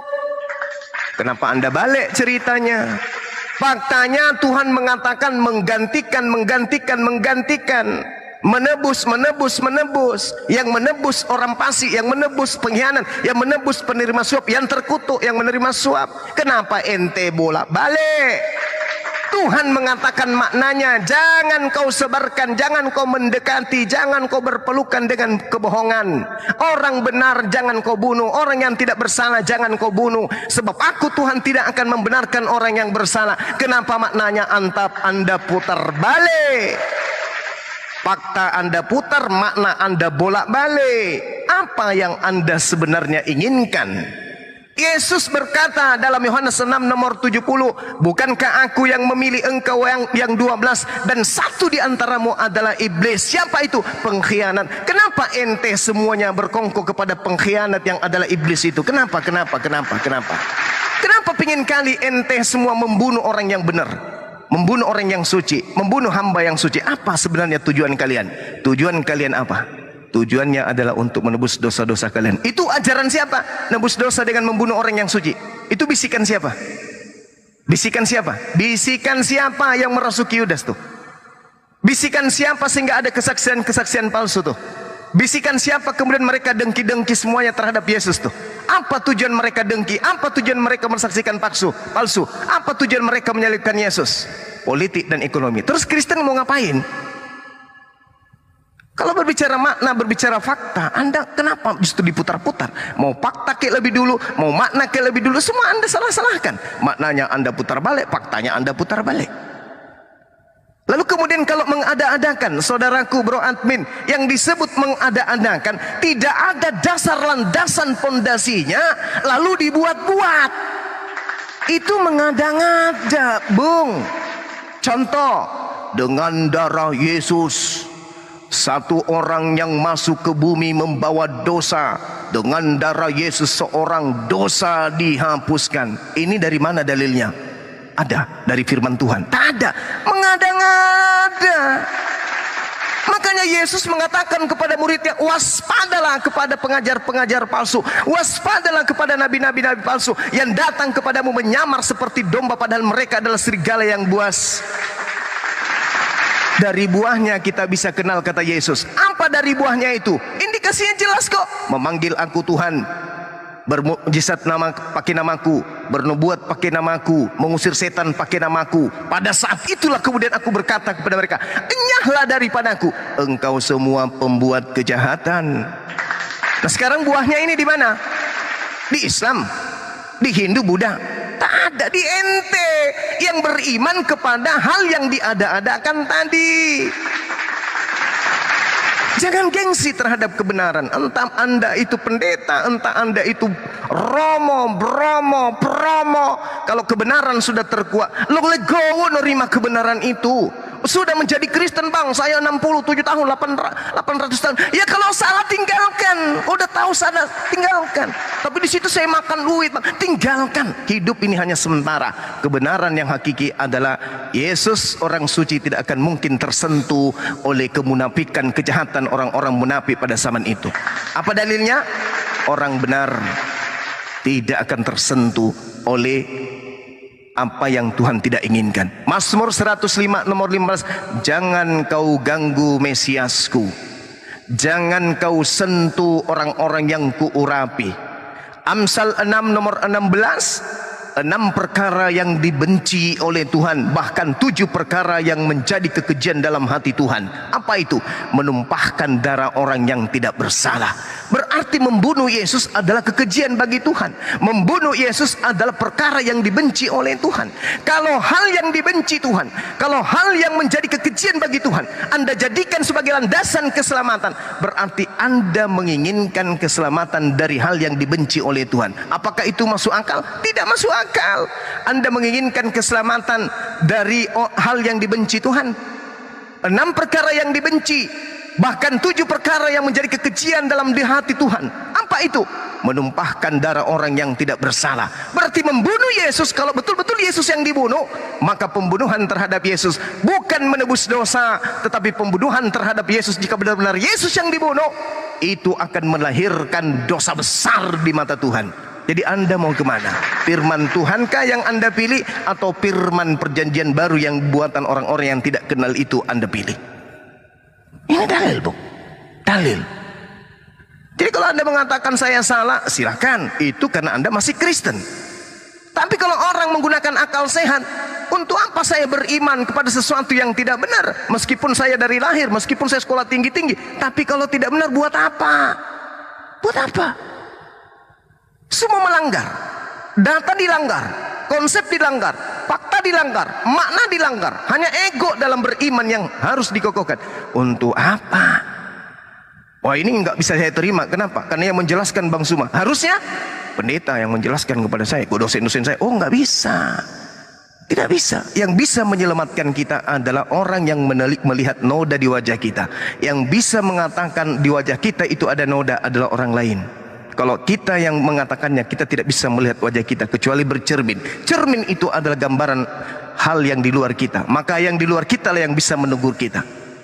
Saya kira begitu, Bung. Saudara-saudara saya, tak ada niat sama sekali untuk merendahkan ataupun apa. Ini saya hanya berdasarkan Bible dan berdasarkan kitab suci Al-Quran saya.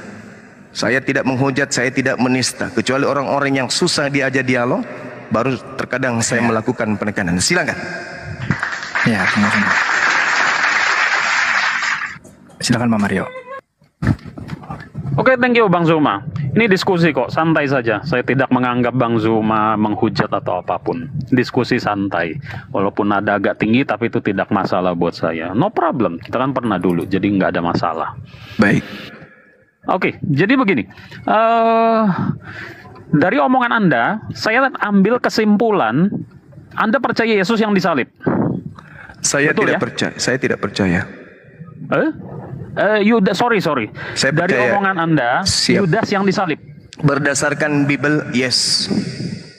Berdasarkan Bible, yes. Oke. Ya. Jadi Yudas yang disalib. Kalau begitu, tolong beritahu saya buktinya yang jelas, tidak gamblang. Baik. Tidak gamblang. Yang jelas, gamblang, konklusif dan Baik. tidak ambigu. Baik. Yang bukti mengatakan Yudas disalib. Tolong kasih saya. Thank you. Oke. Dinda Ardiansa bisa bantu saya open kamera? Alkitab Sabda, jangan pakai di luar daripada kekristenan, pakai yang ada di internal saudara kita sendiri. Siap, Gurunda. Matius 27 nomor punggung 5. Siap. Nomor 5 atau ayat 5. Siap Gurunda. Izin. Ya, dibesarin. Buka. Host, tolong besarin saya. Oh ya, aku sendiri hostnya. Iya. Alkitab Sabda. Iya, baik. Maka ia Alkitab Sabda, Gurunda. Iya, paralel. Maka ia pun melemparkan uang perak itu. Oh, paralel, Gurunda. Baik. Paralel. Baik. Supaya kita lihat dari versi tahun ke tahun. Baik. Nah, ini. Siap Gurunda. Maka ia pun melemparkan uang perak itu ke dalam bait suci, lalu pergi dari situ dan menggantung diri. Ini versi 74 TB. Versi TL-nya, maka ia pun mencampakkan segala keping perak itu ke dalam bait suci. Oke. Lalu bait Allah itu serta berjalan lalu pergi menggantung dirinya. Oke. Baik. Sekarang coba lihat kodeks yang muncul di situ kata Ripto. Kodeks sampingnya 4496. 4496. Baik, Gurunda. Ini Yudas mencampakkan ini. Iya, mencampakkan. Betul. Terus 402. 402. Anakereo. 402. Anakereo. Ya, Anakereo ini udah. Apa tuh? Betul. Mengundurkan diri, menyingkir. Mengundurkan diri, menyingkir. Pergi. Yang terakhir kai. Ya. Kata sambung. Oke. Terus ke bawah. Kai apel ya. teo. Terus ke bawah catatan fullnya bacakan. Catatan full. Siap. Matius mengatakan bahwa Yudas menggantung diri. Mencatat bahwa ia tewas karena jatuh. Barangkali yang dilakukan Yudas adalah menjatuhkan diri ke atas sebuah tonggak yang telah diruncingkan. Mati dengan menggantung pada masa itu hanya dilakukan dengan cara disalibkan atau disedar. Allahu Akbar, Masya Allah. Oke, sudah? Masya Allah. Dah. Mati pada saat itu hanya bisa dilakukan dengan cara disalibkan. Oke. Ya. Mau tambahkan lagi atau saya boleh tanggapi? Saya tambahkan sedikit. Oke, nggak apa-apa. Baik. Jadi kalau kita berbicara mengenai penyaliban, tadi kita bisa melihat dengan akurat. Kalau dikatakan Yudas itu bunuh diri, ternyata kata bunuh diri itu tak ada di situ. Yang harusnya di sana adalah menyingkir atau menghindar. Terjemahan yang sebenarnya, maka ia pun melemparkan uang perak itu ke dalam bait suci, lalu menyingkir dari situ. Nah, sekarang kita lihat, apakah betul yang diterangkan oleh catatan tersebut? Karena banyak orang Kristen mengatakan Yudas itu kemudian bunuh diri. Nah, mari kita lihat kerancuhan atas kejadian tersebut. Adanya kontradiksi dua laporan yang berbeda. Matius 27 nomor 5 sampai nomor 8, Yudas melemparkan uang lalu gantung diri. Kemudian uang yang dilemparkan dipungut oleh imam-imam, lalu imam-imam membeli tanah. Sedangkan cerita dari Kisah Para Rasul 1 18-19, Yudas terlebih dahulu membeli tanah lalu bunuh diri. Kontradiksi, kontraindikasi, kontrasepsi. Pil KB-nya salah sasaran. Saya ulang kesimpulannya, Matius 27 nomor 5 sampai 8, Yudas melemparkan uang lalu gantung diri. Yudas tidak beli tanah. Yang membeli tanah imam-imam. Di dalam Kisah Para Rasul 1 18-19, Yudas membeli tanah lalu bunuh diri. Imam-imam tidak beli tanah. kontradiksi yang sangat luar biasa. Satu mengatakan Yudas melemparkan duit lalu bunuh diri, yang membeli tanah adalah imam-imam. Yang satunya mengatakan Yudas membeli tanah dulu baru bunuh diri. Tak ada kebenaran bila mana disaksikan oleh dua orang yang bertentangan narasi. Silakan Anda bantah. Oke, thank you. Langsung saja. Mohon maaf sekali, itu ayatnya tidak ada bukti konklusif sama sekali sedikit pun tentang Yudas yang disalib. Sama sekali tidak. Walaupun dengan tafsiran dari sabda, itu hanya tafsiran dari sabda. Itu masih bisa diperdebatkan dan tentu saja itu tidak betul. Dan dia menggantung dirinya bukan berarti disalib juga. Banyak cara menggantung diri. Walaupun mungkin disalib, tetapi tidak mungkin di dalam kejadian itu adalah Yudas yang disalib. Begitu. Jadi, kalau memang itu betul Yudas yang disalib, lalu mengapa 7 perkataan salib itu semuanya dari Yudas begitu? Terus mengapa tidak ada catatan bahwa kalau Yudas yang disalib, kok dia tidak ada bicara begini ya? Woi, salah salib coy! Woi, gue Yudas! Lu masa salib gue ini Yudas? Lu gak bisa lihat apa ini? Gak ada perkataan seperti itu ya? Bung, saudara, saya jawab itu. Sekali Yudas ketika mau disalib. Saudaraku Mario, dengarkan. Ente melawak. Kalau cerita itu ada, bisa salah salib begitu. Itu kalau cerita yang paling penting bukan narasi saya konyol. Konyol bang. Karena cerita yang Anda baca ini adalah cerita yang muncul puluhan tahun setelahnya. Bagaimana mungkin cerita-cerita, salah salib. Itu cerita andai saja yang menuliskan pada saat itu juga. Ini cerita muncul puluhan tahun setelahnya. Itu satu. Kemudian yang perlu menjadi perhatian saudara adalah surat Paulus yang dituliskan kemudian 30 tahun kurang lebih setelah kejadian. Apa yang dituliskan oleh Paulus di situ, Bung? Sebab ada tertulis, terkutuklah orang yang mati di atas tiang salib. Tolong pertanggungjawabkan kepada saya hari ini juga. Apa sebabnya Yesus terkutuk di atas tiang salib? Jawab.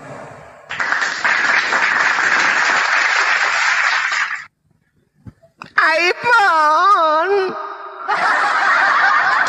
Oke, saya kira gitu, Adinda dan guru-guru saya yang ada di sini dan saudara saya, para guru saya rehat dulu. Ini azar dan saya mau berjalan ke gunung seperti biasa, mau semedi di sana supaya lebih terang kelihatan Yudasnya yang disalib bukan Nabi Isa alaihissalam. Mari kita renungkan bersama apa yang kita sajikan semua ya, semoga menjadi edukasi bagi kita dan utamanya saudara-saudara yang dibawa, yang bingung, yang berencana kemudian ingin pindah ke agama Kristen, direnungkan lagi keadaan ini. Agama Kristen itu agama baik, tetapi baik belum tidak selamanya benar. Sementara saya pamit undur diri, sahabat-sahabat sekalian. Saudara Mario, silakan dilanjut. Ini belum selesai, Bang. Tadi kan tanda saya keluar sini. Oke, silakan. Ya, 10 sampai 15 menit. Silakan. Oke, thank you. Matius 27:38 dengan jelas mengatakan Yesus yang disalib, bukan Yudas. Silakan Anda lihat tafsiran sabdanya begitu. Dengan jelas apakah itu mengatakan bahwa Yudas yang disalib? Kalau Anda percaya kepada tafsiran sabda, begitu. Itu sama sekali bukan ayat yang konklusif ya. Sama sekali nggak ada ayat yang konklusif. Jadi ada nggak? Saya mau tanya lagi, ayat yang lebih konklusif lagi dengan jelas mengatakan itu? Ada nggak? Ada. Silakan tunjukkan lagi. Thank you. Galatia 3 nomor 13.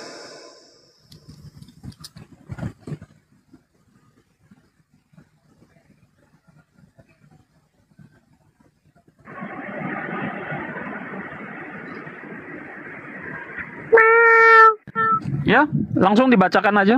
Iya. Sebab ada tertulis, terkutuklah orang yang mati di atas tiang salib. Siapa yang terkutuk ini? Oke, mana ditulis Yudas di situ yang disalib? Sekarang saya tanya, siapa yang terkutuk?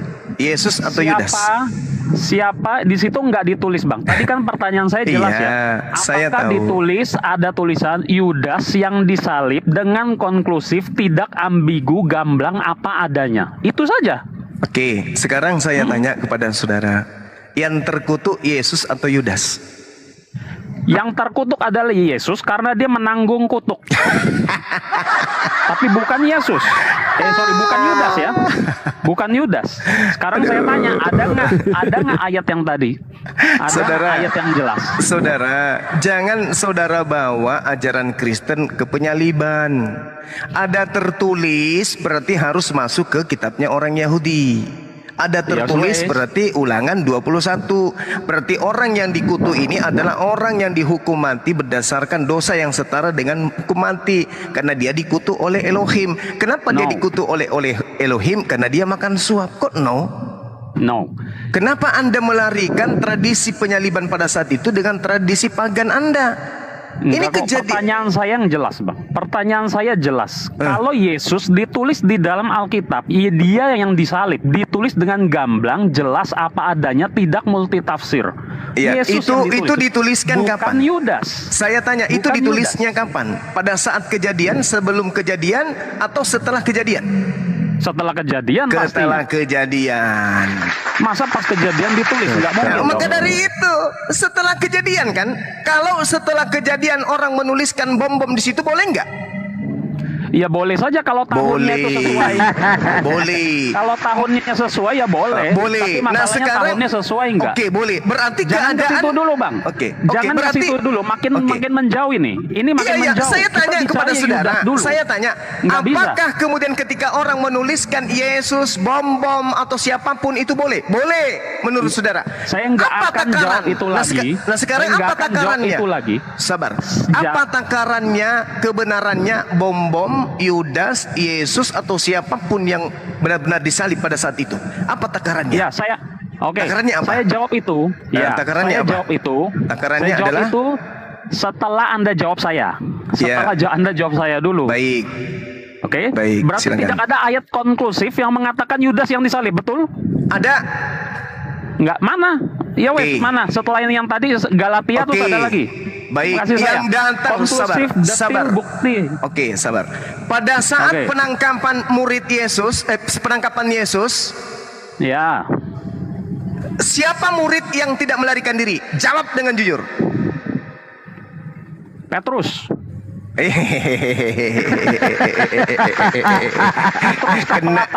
Kena Anda di sini. Kena Anda di sini. Saya ulang pertanyaan saya. Saya kasih kunci jawabannya. Markus 14 nomor 50. Semua murid Yesus lari meninggalkan Yesus. Pertanyaan saya, pada saat penangkapan Yesus, ada satu murid yang tidak lari meninggalkan Yesus. Itu siapa? Jujur. Langsung jawab aja. Ada nggak ayatnya? Langsung jawab aja, Bang. Saya tanya saudaraku, yang datang membawa tentara Romawi itu siapa? Langsung jawab aja. Siapa? Iya, langsung jawab aja. Ada nggak ayatnya begitu? Saya tanya, yang berkata yang kucium itulah Yesus. Jangan menjawab pertanyaan dengan memberikan pertanyaan. Tapi langsung saja. Yudas sang pengkhianat mengantar tentara Romawi untuk kemudian menangkap Yesus. Betul atau betul? Itu betul. Betul. Terus mana ayat yang mengatakan Yudas disalib? Pada saat murid-murid lainnya berlari ketakutan, apakah Yudas ikut berlari? Langsung terus jawab aja. Tunggu dulu, saya mau dengar ayatnya. Pada saat sabar dulu, jangan panas gitu. Sabar dulu. Pada saat saya nggak panas. Pada saat murid-murid Yesus ketakutan kepada tentara Romawi, apakah Yudas ikut lari? Jawab dulu aja langsung. Saya mau tunggu ayatnya ini. Ingat, Bung, yang bersahabat dengan tentara Romawi adalah Yudas. Yang datang kemudian menemukan Yesus pada tempat persemuannya di Efraim itu adalah Yudas. Pertanyaan saya, pada saat murid-murid yang lain ketakutan dan berlari pada saat penangkapan, Yudas ikut berlari enggak? Ya udah, nggak lari deh. Nggak lari. Catat ya teman-teman. Yudas tidak lari. Murid-murid semua lari. 11 murid sudah berlari. Yudas tidak berlari. Anda baca kemudian di Markus 14 nomor 50 nomor 52. Setelah ada oknum yang ditangkap, Ada seorang anak muda berlari telanjang. meninggalkan Oke. kain lenan telanjang. Itu siapa? Nggak tahu, nggak ditulis. Yohanes 13 nomor 4 yang menggunakan kain lenan di situ siapa? Langsung jawab aja. Yudas begitu. Yesus. Yesus. Yes. Oke. Gimana? Ya, oke. Jadi yang Terus ditangkap ini lanjut. siapa? Lanjut, Yesus yang ditangkap. Oke. Loh. Kok Yesus yang ditangkap? Ya, jadi siapa Bang menurut Bang Zuma? Yesus menggunakan kain lenan. Yohanes 13:4 sejenak sebelum perjamuan terakhir. Ya, oke. Jadi, lanjut. Lalu Ya, ada udah. yang ditangkap. Oke, Yudas tidak kabur. 11 Ya, Yudas muridnya tidak kabur. Ada Ya. seorang pemuda di belakang orang yang ditangkap ini kemudian melepaskan kain lenan. Siapa yang Oke, menggunakan oke. kain lenan? Yesus atau bom? Yesus. Yesus. Berarti yang ditangkap siapa? Yesus. Ada berapa Yesus? 1. Yesus yang lari, Yesus juga yang ditangkap. Berarti ada satu di antaranya yang diserupakan. Siapa yang diserupakan dan siapa yang diselamatkan? Jawab. Siapa yang ditulis diserupakan di sana? Tolong jawab. Thank you. Saya Ini udah tanya lari loh kepada dari ayat saudara. 12 loh. Tadi Ini Anda udah lari dari mengatakan, ayat yang sabar 12 loh. Bung, saudara Mario, Anda mengatakan udah yang lahir dari ditangkap. ini. Saudara, Anda mengatakan yang ditangkap Yesus, yang menggunakan kain lenan lari Yesus. Ada berapa Yesus? Jawab ayatnya aja, mana? Jawab ayatnya. Saya tunggu dari tadi nih nggak kelar-kelar. Anda berusaha keliling-keliling, lalu supaya memutarbalikkan mau yang lain, tapi nggak Sekarang bisa saya kasih tanya. jawaban ayatnya. Oke, begitu. yang ditangkap tadi siapa? Mana ayatnya, Bang? Ini dari tadi nanya doang ini. Markus Atau ayatnya nggak ada? 14:50. Markus 14 nomor 50. Semua Oke, thank you. murid Langsung jawab, Yesus lari meninggalkan Yesus. 1. Semua murid Oke. berarti 11. Yudas masih tinggal kan? Ya, oke. 51-nya Ya, wes dah. di belakang Ya. Yesus. Nah, di belakang Ya, oke. Yesus ada Oke. seorang muda menggunakan kain lenan, lalu melepaskan kain lenan, lari dalam keadaan telanjang. Pertanyaan saya, Oke. Yesus oke. ditangkap. Di belakang Yesus ada seorang pemuda menggunakan kain lenan juga. Siapa Ya, ya. pemuda menggunakan kain lenan ini? Muridnya kah? Atau siapa? Nggak tahu. Saya nggak tahu. Terus gimana? Jawabannya jadi? Jawabannya Yohanes 13 nomor 4. Oke. Yesus menggunakan kain lenan. Oke. Markus 14 nomor 52.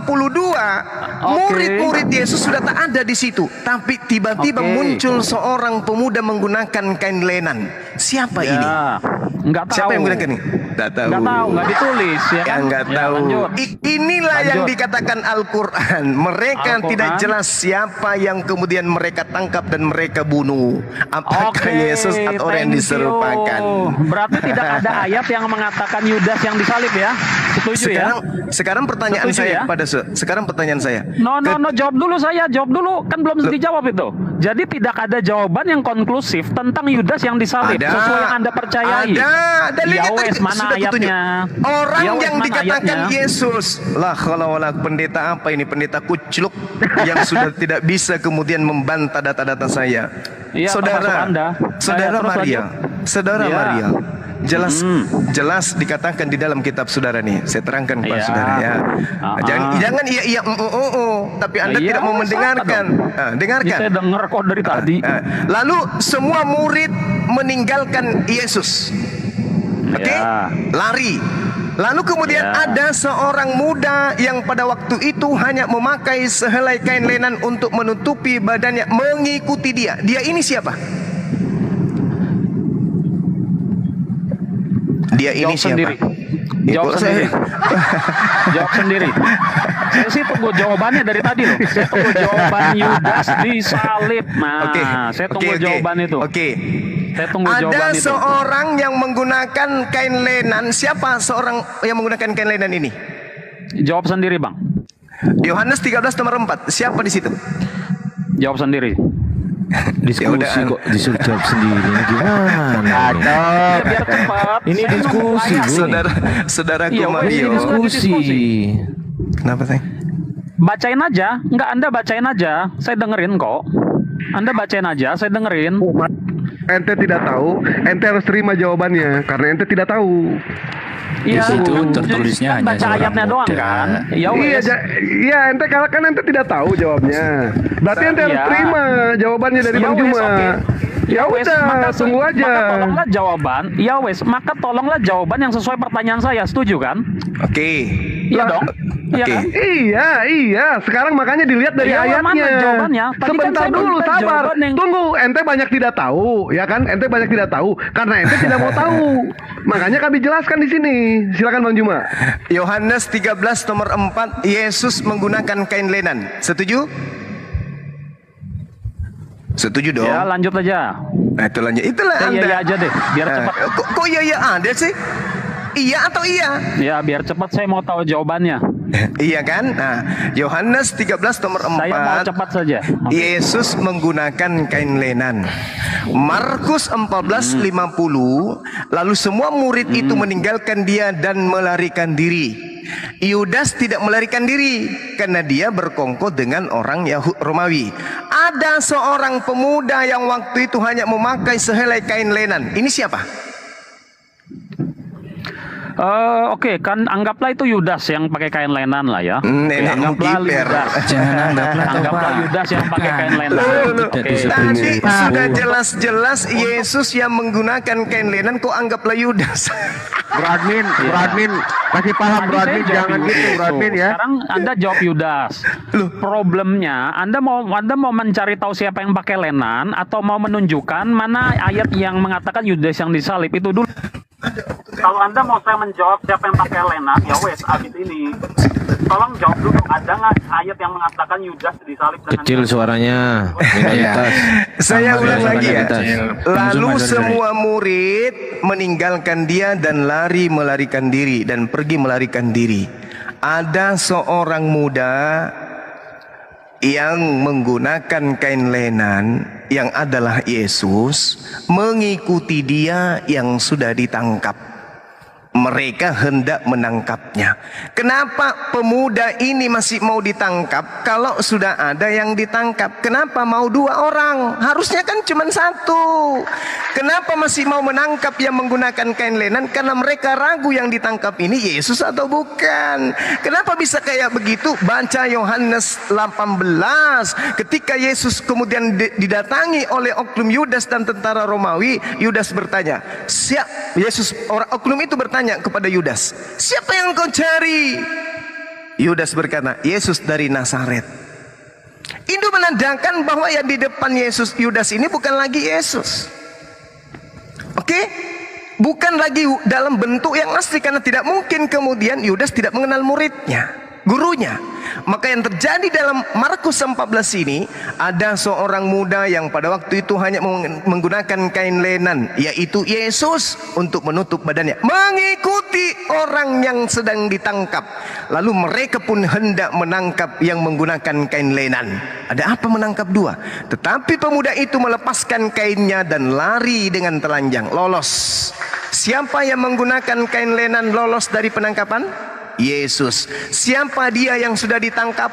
Orang yang diserupakan. Siapa? Orang yang makan suap. Siapa? Orang yang dikutuk. Siapa? Orang yang berkhianat. Siapa? Orang yang makan suap. Siapa dia? Yudas. Mungkin jawaban dari Pak Mario gini, Bang Zuma ya. Yang penting ditebus, pokoknya Yesus disalib gitu ya. Iya, enggak gitu dong Pak. Ya, silakan Saudara Mario, mohon maaf, ini hanya sekedar edukasi aja. Silakan Anda mau percaya atau tidak, saya kembalikan kepada saudara. Tidak ada paksaan untuk mengimani apa yang saya sampaikan. Yang pasti tujuan saya hanya untuk mencerahkan. Kalau itu dianggap sebagai pengaburan, silakan. La ikraha fiddin, tidak ada paksaan. Hanya ini harus kita renungkan, baik umat Islam maupun saudara-saudara kami Kristen. Kebenaran Al-Quran semakin terkuat di mata kami dengan penjelasan ini. Kalau kemudian saudara menganggap itu keliru, silakan. Tak ada paksaan, kita hanya berdiskusi. Saya pamit undur diri, teman-teman. Terima kasih banyak para guru-guru saya yang ada di sini. Subhanakallah bihamdi, asyhadu alla ilaha illa anta astaghfiruka wa atubu ilaik. jayalah Islamku, jayalah Indonesiaku. Assalamualaikum Thank you, Bang warahmatullahi Zuma. wabarakatuh. Makasih Saudara Mario. Thank you, kapan-kapan diskusi lagi. Siap. Thank you. Masya Allah. Siap. Ya, Thank you. terima kasih. Ya. Terima kasih.